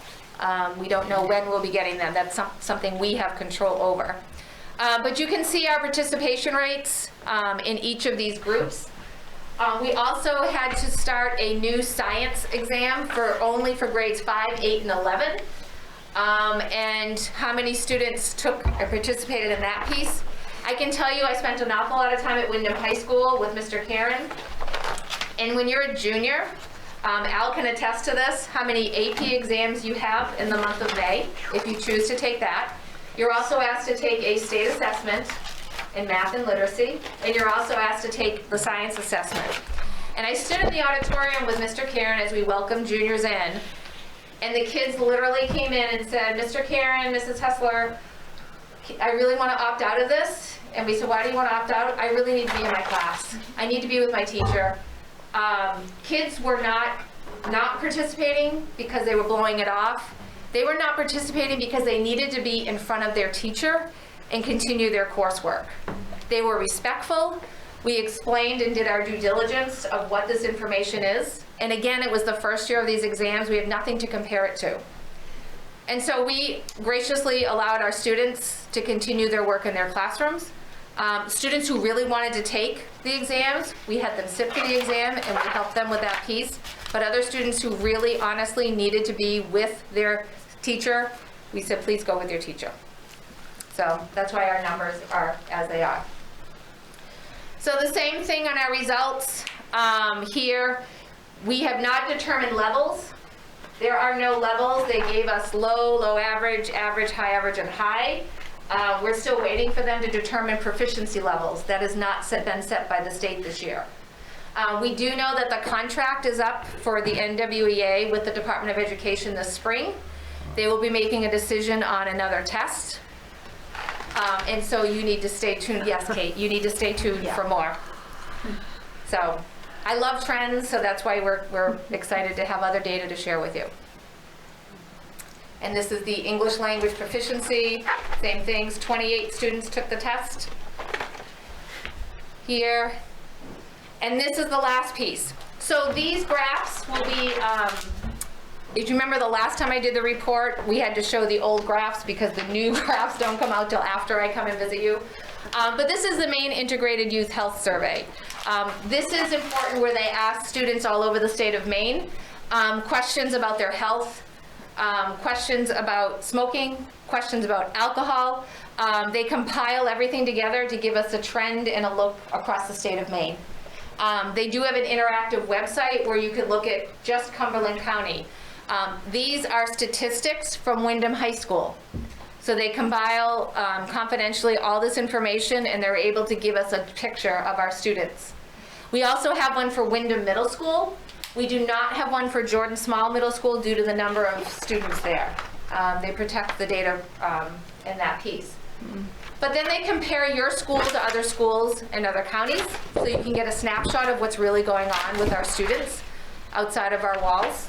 And it's important information. Be the Influence Coalition, Seth Fournier, he's not here right now, but they use this data and they really are honed in to what are the needs for kids. What do we need to do as a community to help our students? And so it gives us a different lens to look at it. And it's an important piece of data, that's why we're going to continue to add it into this report as we yearly look at that. This is our middle school data. You see 5% of students have tried alcohol in our high school. 3% use marijuana. 52% report some kind of bully. So these are pieces that we need to attend to as we go through. So what is learning like this year? So I'm going to do this one and then I'm going to let you play with them. But we have incredibly creative people in this district. We have outside music classes up at RES. This is just one picture that we got. This is Patty Gordon with her learners. They're outside, they're spread out, they are making music. It is an absolute joyful experience. It's amazing. We have Chef Ryan, students at the Manchester School, cooking curried carrot soup and muffins, learning skills of how to cook. Students are engaged in this work. I love watching Chef Ryan and Jeannie Riley with our students. They are so honed into the learning that they're doing, from gardens, bringing it in. They've harvested, they've cooked, they've eaten. It's just an amazing piece. Other learning. We have the Benq Panel, so interactive technology, the way that teachers can do this piece. Students can come to the board. I know one of our teachers at the high school, she actually she hits a record button for mathematics. She does her entire lesson as she's talking and writing on the interactive whiteboard. She hits the record, it goes right to her Google Classroom. So any student who might have missed class, any student that needed I needed to hear that again, is able to access the lesson without having to redo the entire thing. So we have these interactive boards spread across the district. We've done, Richie Vickers, Tammy Lorenzotti have done an excellent job of coming up with directions on how to use these incredible machines. They are replacing the smart boards across the district. We're learning more and more about them, and teachers are using them, and so they're able to actually use this tool to communicate with students when they're not there. So there's some really neat features that we're doing. So now let Casey talk about this next piece, because these are some really cool pieces that we have found. So late in a few more slides, I'll be talking about what does small group mean, but really it's when you're meeting with and how it plays into the big picture of the tiered support system. But just so you get a general view of what a small group in a classroom might look like, the top picture right there it could be using a Benq board too, but just displaying for learners where they should be, what they're doing, and it's grouping children, and then you can see that they might all be doing different tasks based on their learning needs. In that picture right there is from Windham Middle School, and I know that this is happening throughout the elementary schools as well. We still have learners going into quarantine. They're Zooming in to their lessons daily. So you have teachers who have them right there on the iPad, or they might be on a rolling iPad stand and they're moving that student around just as if they are in the class. Anchor charts so that students can check in, but just a general picture of what learning is looking like in classrooms right now. The use of hand signals is a big, huge part of our classrooms right now. Even for everything, right? This says with math ideas, but even this is how learners are communicating through all their lessons throughout the day. And it's a way that all learners can access the core instruction, right? They can just respond by giving a thumbs up or disagreeing, and they're checking in with their teacher and their classmates to show I am engaged, but I just might not be ready to open up and share with everyone right now. Or it might lead to a small side conversation. So it's great ways to get kids talking and thinking with each other and with their teachers. And I also think, and we have 2 first grade teachers here, every child wants to be heard right now. I think you can all agree. Yes. Every child wants the voice. It's like the caged animal, the caged stuffed animal that's come out. And being in classroom, it's so incredible because every kid during this discussion is doing something. So you're scanning, you know exactly if someone's agreeing, someone's disagreeing. I watched a lesson and 2 little boys were disagreeing with the way that a problem was solved that one of their peers solved. And the teacher was brilliant. She said, well, why are you disagreeing? Can you show me why? And the student went and did the same problem, and as he's going along, he goes, I added the 10s wrong. That's why I was disagreeing. And the teacher said, well, what do you think you could do? And he's like, I'm going to follow what my classmates did. And the child went and redid their whole piece while the kids were watching. But they had these routines set up, and he was able to engage. It wasn't like, oh, I didn't get that right, I don't know why, whatever, move on. But because they're using these hand signals, every child is able to have a say without having 25 voices at you. And then you're able to really see where they are. It also shows that every kid is tuned in on what they're doing.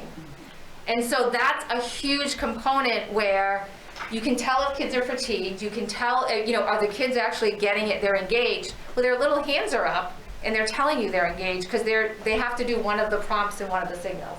I even learned the bathroom one in kindergarten the other day. I had to say to the little learner, I'm not quite sure what that one means. She goes, that means I have to go potty. And I said, oh, then you need to go potty.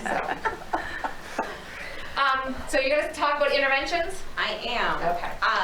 I'll cover the study too. Okay. So think back, put in your mind that triangle that Christine showed earlier talking about the tiered support system.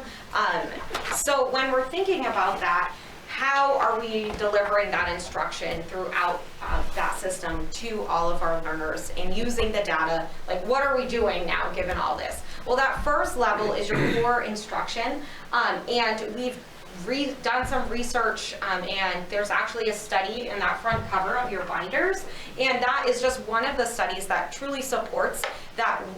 Given everything that's happened over the past 18 months, that children still need grade level instruction. Okay, so we have all teachers delivering grade level instruction, and then we go deeper into what are the next level of supports if they're struggling to access or maintain grade level instruction. So then that's where those small groups come into place. We're really supporting teachers and how to manage small groups within their classrooms, even through the middle school, which is really new learning for them. I can speak as a former elementary school teacher that for years, you just meet kids where they're at, and we're spreading that mindset everywhere right now, right? Every learner is coming to us in a different place.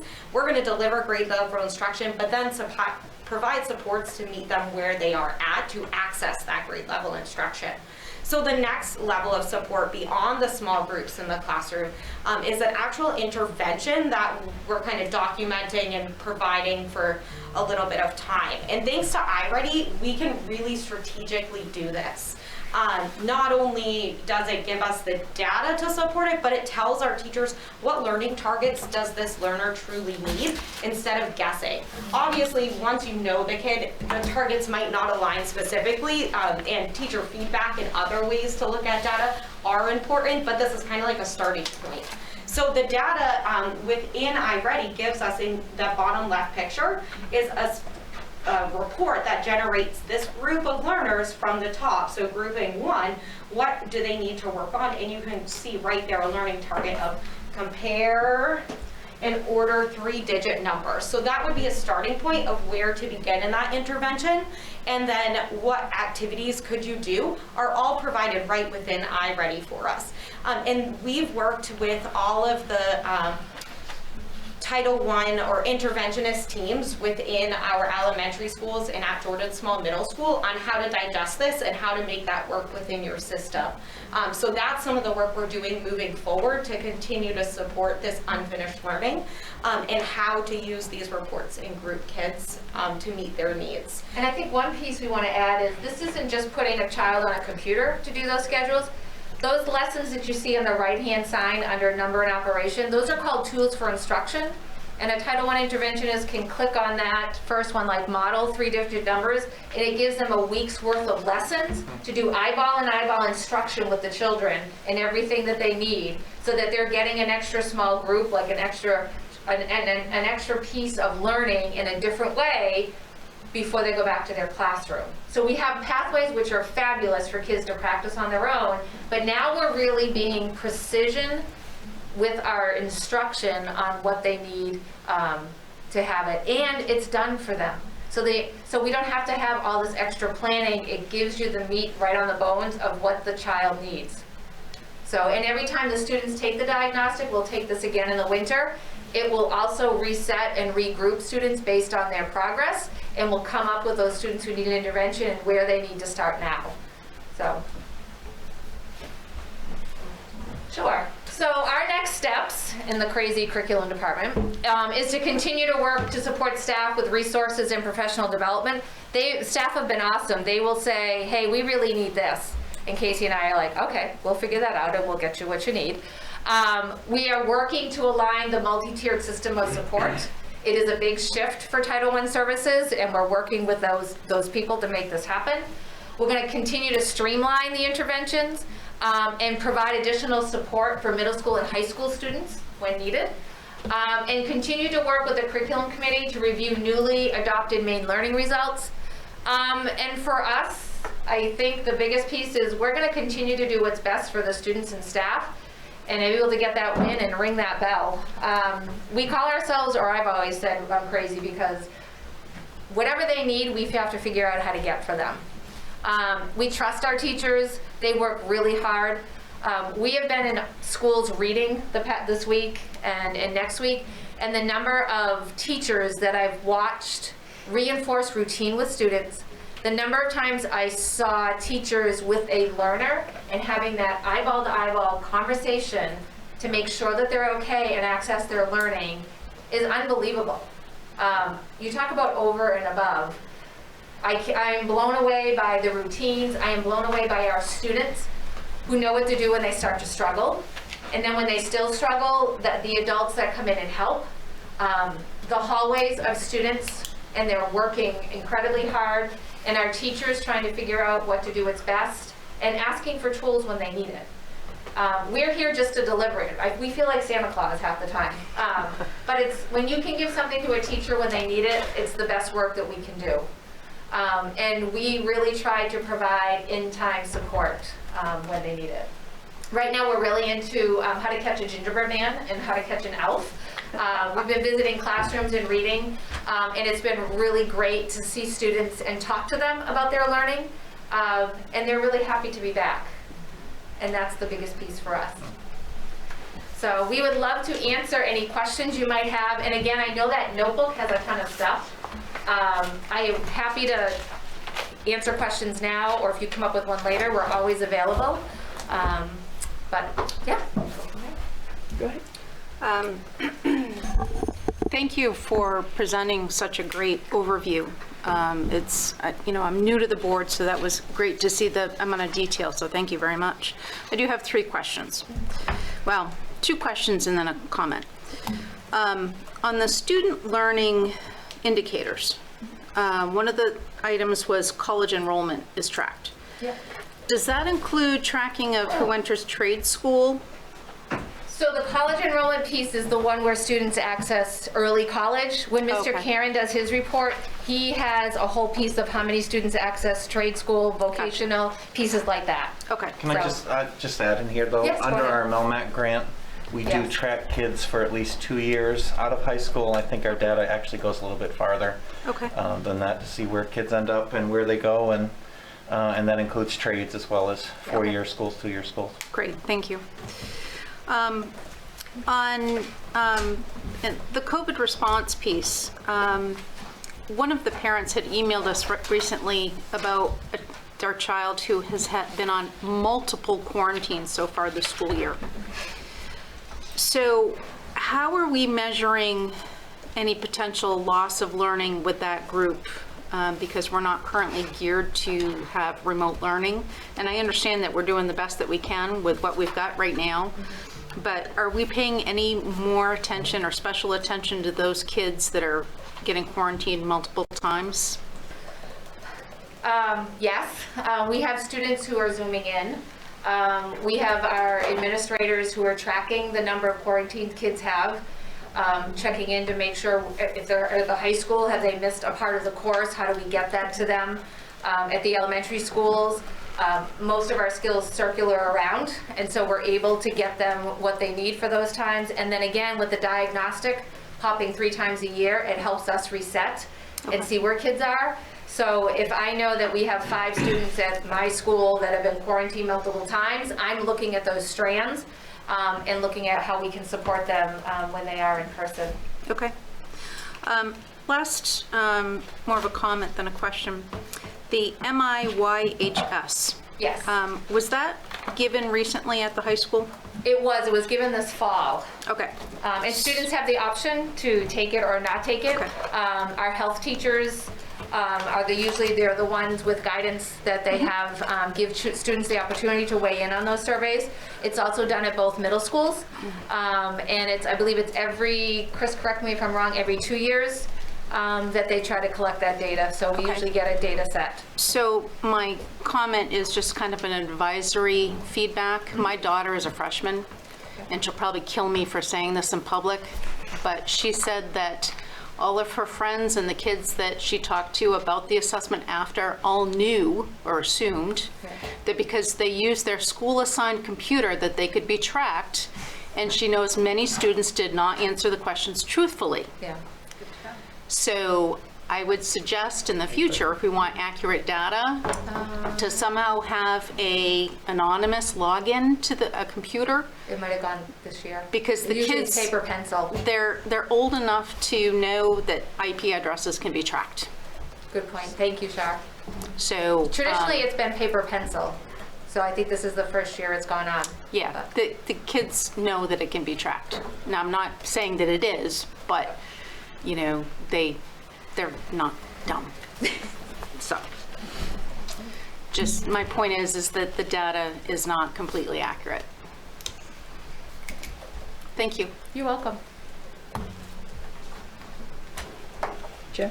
I have a couple questions, clarifications. In the demographics, I noticed, or I did math, that 8.7% of the students are not white. How is that compared to previous years, or has it changed at all? I'm just curious. And the other was about the chronic absenteeism of 13.4%. Was that from this fall? So that is gathered through NEO, and so the state tracks all of the absenteeism, and they are the ones that do these numbers. And Jenny, I can go back to previous reports and get that piece for you. Just curious. I just go off the top of my head though, Yes. because back to when this report first started, I think, Jenny, it was probably closer to 97% of our students would not have fallen into an ethnic category, and now it has grown. Okay. That was kind of my presumption, but I didn't know if it had changed a lot recently. That's all. Could you just clarify the alphabet soup NEOs, or whatever that is? So, do you want to take this one? Yeah, I'll take this one. NEO's the state database where we put in all of our financial data, all of our staff data, all of our student data. It's tied directly to the ED 279, but it also tracks attendance, it tracks bullying, it tracks bomb threats. Anything to do with school data lives in NEO. And ultimately, it's the superintendent who certifies all of these different reports. And there's probably 35 reports that we do throughout the fall that are specified in legislation, many of which are feeding into the 279. So all of our data was just due so that month of December, they're actually working our financials. But it's a state database for all of our student, staff, and financials. And just briefly, in a nutshell, for those listening who do not know what a 279 is. Number soup, Kate. Yeah, exactly. The ED 279 is our, basically it's our state subsidy. It outlines how we're receiving all the different funds. And we'll talk an awful lot about it in March, when we start looking at where we are with state subsidy and working into our budget. Excellent. The website on the dashboard from the DOE is very, like, you could click through, Jenny, to find specifically what year compared to other districts as well. Well, I have to say that this is one of my favorite presentations because I love data, and I really appreciate the comprehensiveness of what you presented this evening. I'm pretty wowed by the hand signals. That is just really unique and I think so helpful for those kiddos who are not really comfortable putting themselves out there, and it looks like it engages everybody, so that really wowed me. And thank you for getting in and supporting our teachers. I know they really appreciate it, and it's a big part of what you do, and it's a big part of our success. So thank you very much. You're welcome. Thank you. Okay, continuing on, item 8, Windham High School new courses of study fall 2022. As you might remember, at our last meeting, Ryan, Karen, the principal, presented 3 courses, one of which was algebra, and you see here you are approving 2, and I'm going to let Mr. Howell explain what the deal is. Sure. So the board's going to be looking at approving 2 courses tonight. You do not need to approve an algebra course because you already have an algebra course that's approved as a course of studies for Windham High School. What Ryan came and presented to you was not a change in standards or content. It basically was going from a course that meets roughly every other day to every day. So it's only changing the format, it's not changing the content. So it's already an approved course. It does not need to come before the board for a vote. Thank you. May I have a motion, please? I move to accept the new course offerings, 20th Century Pop Culture, which is social studies, grades 11 and 12. It's a full year, 1 credit course. And the second one is American Politics Through Film, which I'm going to sign up for, which is social studies, grades 11 and 12. It's a one semester and it's a 0.5 credit. Second. Thank you. Any public comment? Board discussion? I would just like to say that I appreciate the creativity of these classes being created. It's always good to have something new and different for students to choose from. With that being said, I'd just like to reiterate what I said at the last meeting, that I do have concern that some parents may feel that the viewpoints being presented in the classes may not be fair and balanced. So I just wanted to go on the record for that. We need to take special care with the environment we currently are living in, that we make sure that everyone is on the same page and there's no misunderstandings. Thank you. Anybody else?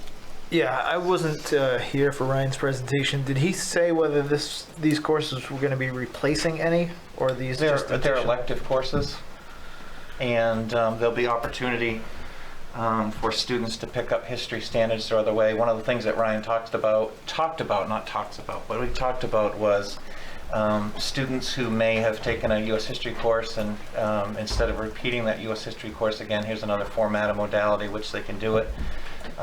We already have a history through rock course. Now we have would be a history through film as well, and some other opportunities, just other ways for kids to interact with the standards, but it's an elective course. It's not a required course for students. All right, perfect. Thanks. Okay. Anybody else? Okay, let's vote. All those in favor? Opposed? Nobody? Okay. Item number 10, Rsu Crisis Plan 2021-2022. May I have a motion, please? I move to approve the RSU 14 Crisis Plan for 2021-2022. Second. Nice. Excellent. Any public comment? Board discussion? All those in favor? It's unanimous. Thank you. Item number 11, appointments. I move to approve the following appointments for the 2021-2022 school year. Allison Gazzaloni, special ed teacher at Windham High School for the remainder of the year only. BA 0 at a prorated scale of $24,157.14. Second. Thank you. Any public comment or discussion? All those in favor? It's unanimous. Item number 12, 12, budget timeline for 2023. Mr. Howell. Sure, and I don't have it in front of me, so I'm going to go right off the top of my head. Typically for the board, we have started the budget process the first Wednesday. Thank you, Christine. We have started the budget timeline right after the February break, which has been that first Wednesday. If you look the first Wednesday after February break, it's actually March. So we were going to be pushing the start of budget season to March 2nd. It still keeps us in line for, and typically what the board sets for a target is voting to approve a budget prior to April break. During that time period. And so for those of you who may be new to the board, we will spend 4 nights with cost centers, and the building principals and directors will have a chance to come before you. We've done a little bit of a change for how groups are going to be coming to you, just to try to keep some consistency per span. So first night after I present my budget, it's going to be myself and Christine, Lisa, and Christine Hessler. We'll have a chance to present first set of cost centers. Second set will be, make sure I'm going the right direction here, Bill Hansen, Bob Hickey, Mike Kelly, Jeannie Riley, kind of the operations side of the house. The 16th with Ryan, Drew, Randy, Craig with Katahdin, and Rich with athletics.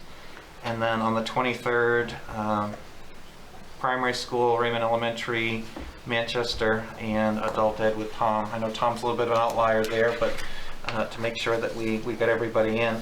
And there's an opportunity on each one of those nights for public comment on the budget areas that have been presented. So it's a little bit of a different format, but it's going to be a very busy March for the board. which will be meeting every Wednesday night. Any comment regarding this proposed calendar? Seeing none, we're going to move on to item 13. May I have a motion, please? I move to approve, wait a minute, I'm on the wrong one, I'm sorry, I apologize. I move that the resolution entitled Resolution to Authorize Reimbursement of Expenditures for the Purchase of Real Estate with Bond Proceeds be adopted in form presented to this meeting, and that an attested copy of said resolution be filed with the minutes of this meeting. Second. Any public comment? I'm going to get to board discussion, but I wonder if you could... Yeah, and I think what's, it's a little bit of a confusing motion. This was written specifically by Bill Stockmeyer, who does all of our financial motions. A couple weeks ago, you as a board voted to authorize the option on a piece of property. And you authorized to spend $100,000 on that option. When you do that, or when you enter into an agreement like that, a clock or a calendar starts, and you have 60 days as a board to vote to say, if in fact we do end up purchasing that piece of property, you actually have to take a vote that from future bond proceeds that you will pay yourself back. And so in essence, if that piece of property is purchased as part of a state construction project and it is used, and you did not take this motion within the 60 days, then you would not be able to pay the district back the $100,000 from what the state provides through bond proceeds. It's a procedural vote, and it allows you in the future to come back to this and say, yes, we did this, and yes, we meant to pay ourselves back. In the event that that piece of property is not used for a state project, and if the bond proceeds are not used, there'll be not any reimbursement through a state program, or the district will not be able to reimburse itself through the bonds that are taken on that project. So procedural step, there's a 60-day window. You voted, if I remember correctly, middle of November. We're within the window, but if we miss that window, then you can't go back. Thank you. Any board discussion? Seeing none, all those in favor? Thank you. Policies, may I have a motion, please? I move to approve the second reading of policy BED, remote meetings. Second. Thank you. Any public comment? Board discussion? Yep. Did we look into whether or not we can have remote meetings at this location? Yeah. We didn't, but I remember I thought we seeing... determined we could. Well, I don't remember. and it may be because I had made an assumption. When the select board elections were running for Raymond, I know that they had somebody zoomed in while people were in person. Okay, so great. My assumption is that it would work. Okay, thank you. All right. Can I? Sure. Sorry. Can we find out for sure? I hate to assume anything. No, I don't want agree. to assume anything. Yes, I put that on my to-do list. Thank you. Okay, all those in favor of this policy? It is unanimous, thank you. Report to the secretary, a motion please. I move to approve the minutes of the December 1st, 2021 meeting. Second. Public comment, board discussion. All those in favor? Thank you. Committee reports. Does anyone have anything to report out? Okay. The curriculum committee will be meeting in January. I have set the date and got input from the other members that it will be January 13th at 4. Some may be in person and some may be remote, which is totally okay. With that, the curriculum committee website was shared along with feedback on the mathematics curriculum, and the agenda is in the process of being developed, and you'll hear more after it happens. Thank you. Anybody else? Finance? No. A quick thing. Today was I know a couple weeks ago I talked about student council wanting to do student summits in the high school. And this morning was the first day that we actually were able to do that. So as a reminder, student summits are when members of student council go to advisory groups throughout the school with all grades and ask them a question about, and they want their perspective, all the students' perspective on a certain topic. And today we talked about what we want to do for holiday festivities for the high school. So we were able to get the whole school's perspective so that the students, when this does happen, they're engaged, they're happy with what's going on. And in the future, we plan to do more of these on various topics. So That's great. Yeah. Get everybody involved and have their voice heard. Absolutely.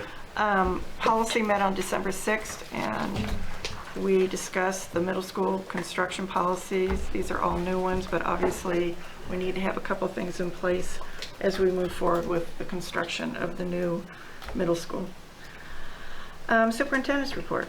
Sure, so one of the first things I want to do is also give a construction committee update. I know Scott's not here tonight. So the building committee met, it was about a week ago, 2 weeks ago. And in the meantime, Bill Hansen and I had a chance to meet with the state construction committee or team last Friday, and just wanted to give a couple updates. So the committee had met and had reviewed what had been done for sites to date for site selection, and then also looking at the matrix. And as the committee had a chance to talk, came to the realization that we should start eliminating sites that we actually can think about as a line. If you take from where we're sitting right now to Windham High School, that any site that we should be examining going forward should be somewhere in that corridor. It does not make any sense to go to North Raymond, and it doesn't make any sense to go to South Windham. In essence, either way would create longer travel times for each. And so we had a chance to look at some population density maps, had a chance to look at some different sites. We've added some sites to the matrix, but really we've established that if it's not on the 85 to 302 to whatever route then you want to take to Windham High School, that it should be a site that we'd be eliminating. We had a chance to run that by the state construction committee, and they're absolutely fine with that and heading in that direction. So we're starting to narrow down. The matrix now has multiple sites that are on it, and at a future meeting we'll have a chance to spend some time updating. We have re-engaged Frank Locker.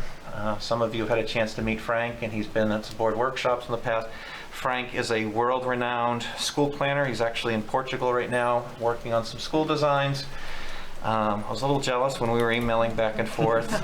Frank and Randy and Drew and I are meeting on Monday via Zoom and talking about some next steps for visioning for bringing again Jordan Small staff, Windham Middle School staff together.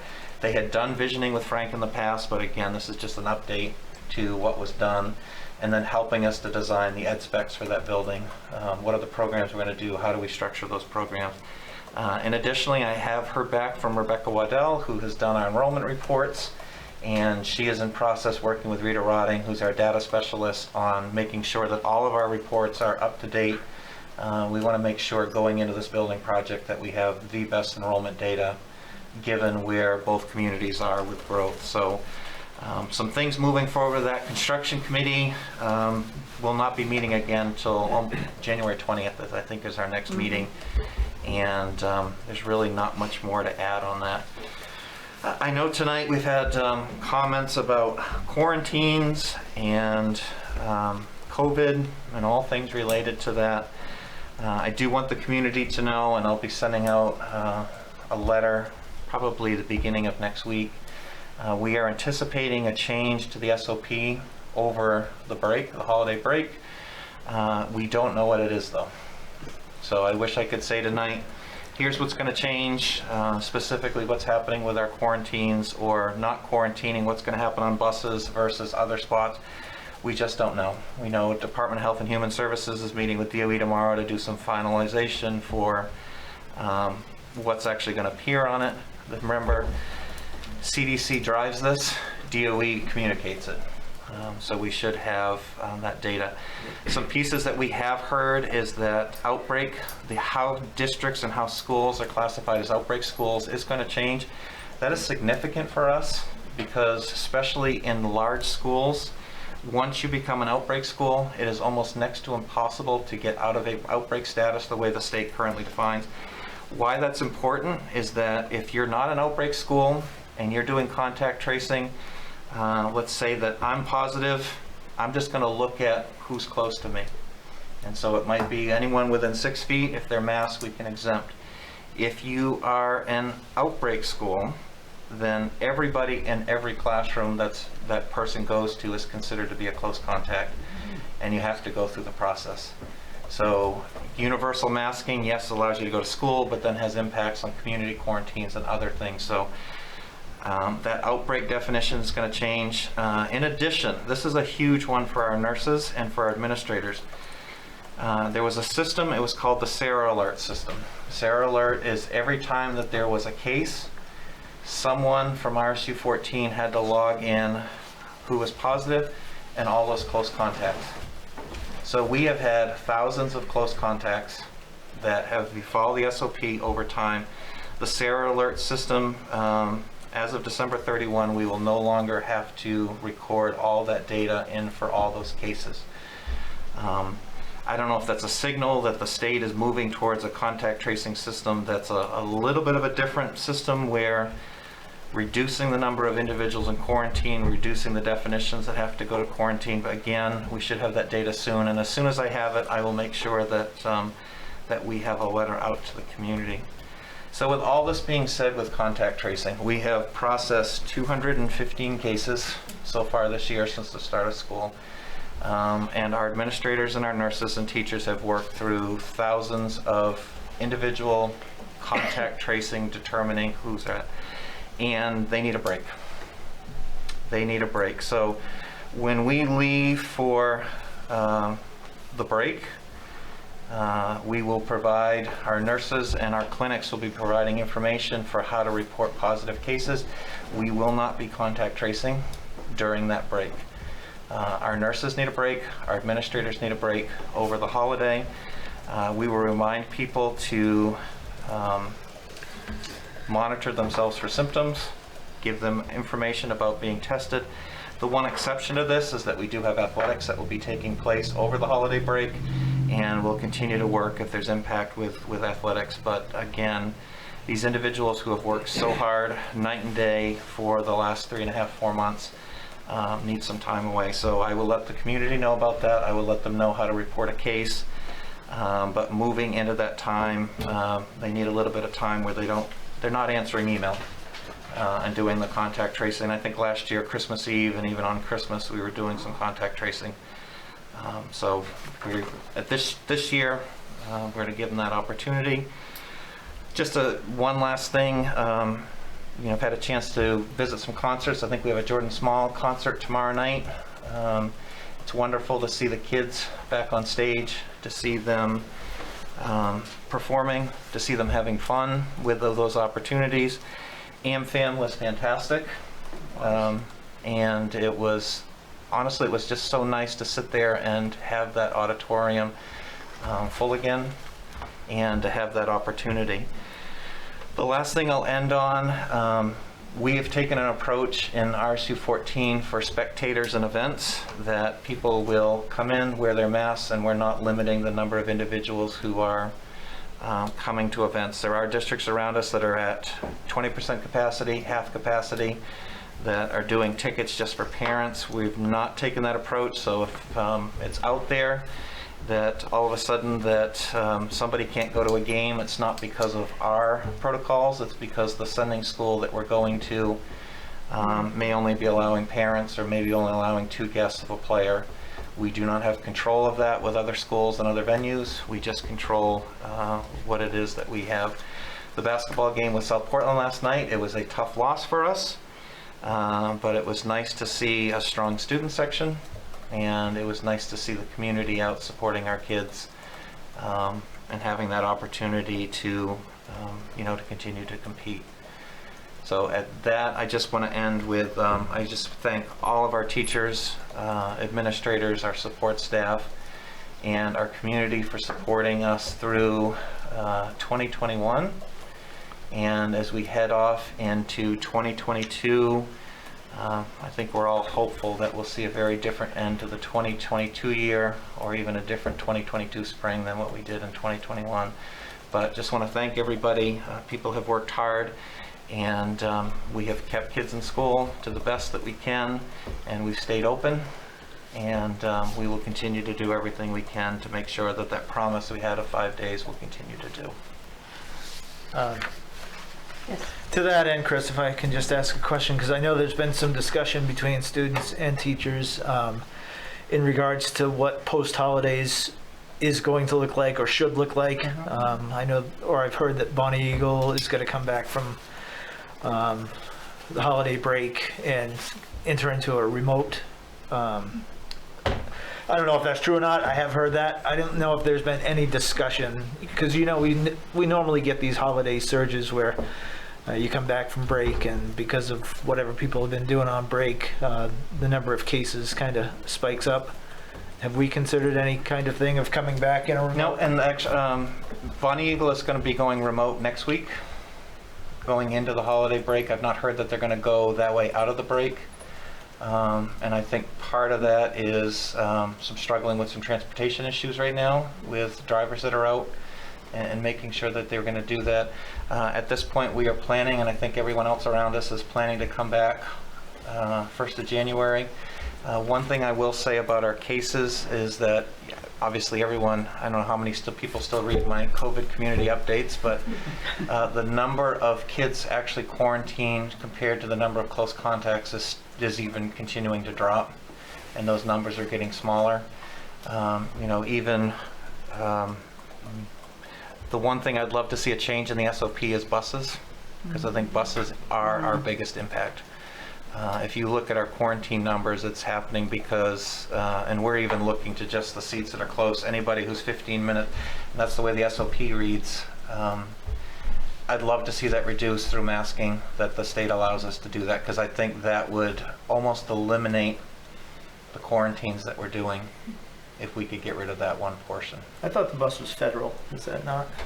Bus is federal with a mask, but what they don't allow you to do is exempt kids for mask wearing on the bus. So if I'm in a classroom and I'm sitting next to Al and I'm masked, I can be exempted from quarantine. If I'm on the bus and I'm sitting next to Al for 15 minutes or greater, I have to quarantine. And that's been difficult for us to explain to parents. I get it. It's confusing. It's the way that the SOP was written. I think what they look at is that what happens in a classroom is far more controlled on a bus. However, we're not seeing bus transmissions as far as transmitting of cases, and to remove that portion of the SOP would be helpful, and it would significantly reduce the number of kids who are having to quarantine.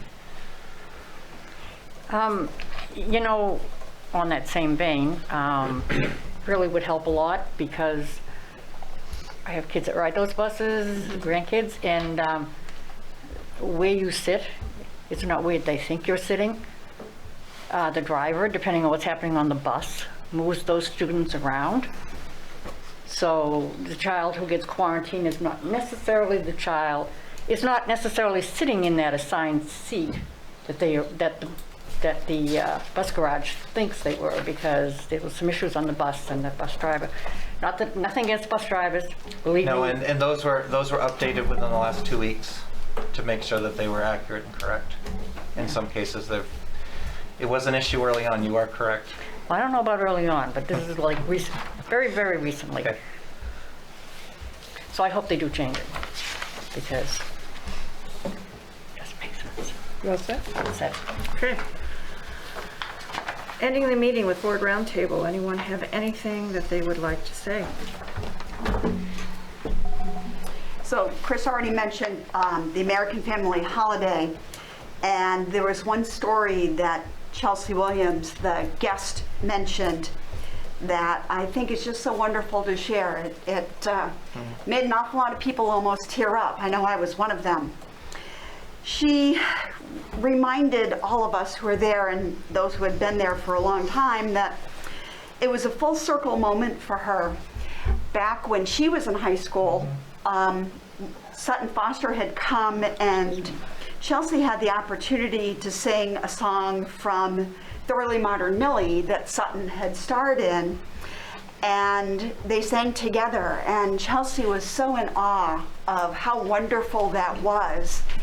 And now she was able to sing a song with Maddie Hancock, who had just starred in Mamma Mia, that Chelsea had toured with in a national tour.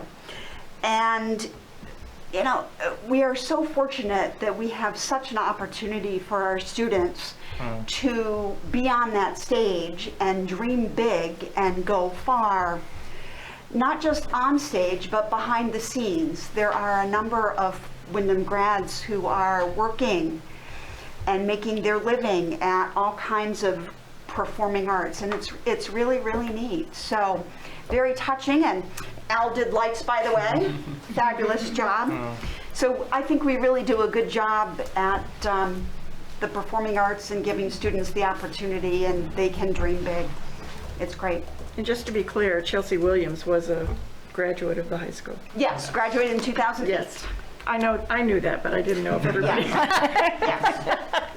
Okay. Anybody else? Me. Okay. There's been some continued drama. So I just wanted to bring up that I feel our current policy of allowing, or the way we're handling public comment and answers is increasing frustration with the public. I also think that it surprised me when I entered the room tonight that there was law enforcement in the room. And I think it's unfortunate that someone felt that it, or some people felt that it was necessary. And it just goes to show the state of our country. I haven't been on this planet for as long as some other folks, but I've never seen a population or a community so divided, and it's very troublesome. I think that we can help mitigate the frustration and the assumptions that are being made by various parties with more open and transparent communication. I hope that we are able to do the board roundtable and have open, constructive conversations with members of the public and be able to put some things to rest possibly. And it probably won't be resolved with one board roundtable. It will take more than one. And I would like to see that considered. And I know that it's being thought about. The other thing that I wanted to bring up is something that I've alluded to in the past. We as a board have a duty to the voters, parents, and students of this RSU. And that includes inclusive understanding of varied viewpoints. We are bound to not have preconceived assumptions and must continuously be open to listening and consider that our current position on various topics may not be the best for the RSU. We need to make decisions that are best for the RSU, not just because organizations from away tell us is what we should do. As a board member and board members, it is our duty to represent the voters and students, not personal positions. Anyone that's worked for a company for more than 5 minutes has probably been in a position where they were under direction of a policy or a decision that they didn't personally agree with, but it's your job, you get paid to do it, you need to do it. We are employees of the voters of Windham and Raymond, and we may not personally agree with the way things are currently or in the future, but we need to listen to what the voters want and how, and what's best for the RSU. Thank you. Thank you. Anybody else? I have something to say, not related to that, anything. But anyway, I want to wish everybody a very Merry Christmas and a Happy New Year, and, you know, and a lot of health for everybody. Okay, this concludes the meeting. I look forward to seeing everybody after the first of the year. May I have an adjournment, please? I move to adjourn. Second. All those in favor? Thank you. Good night, everybody.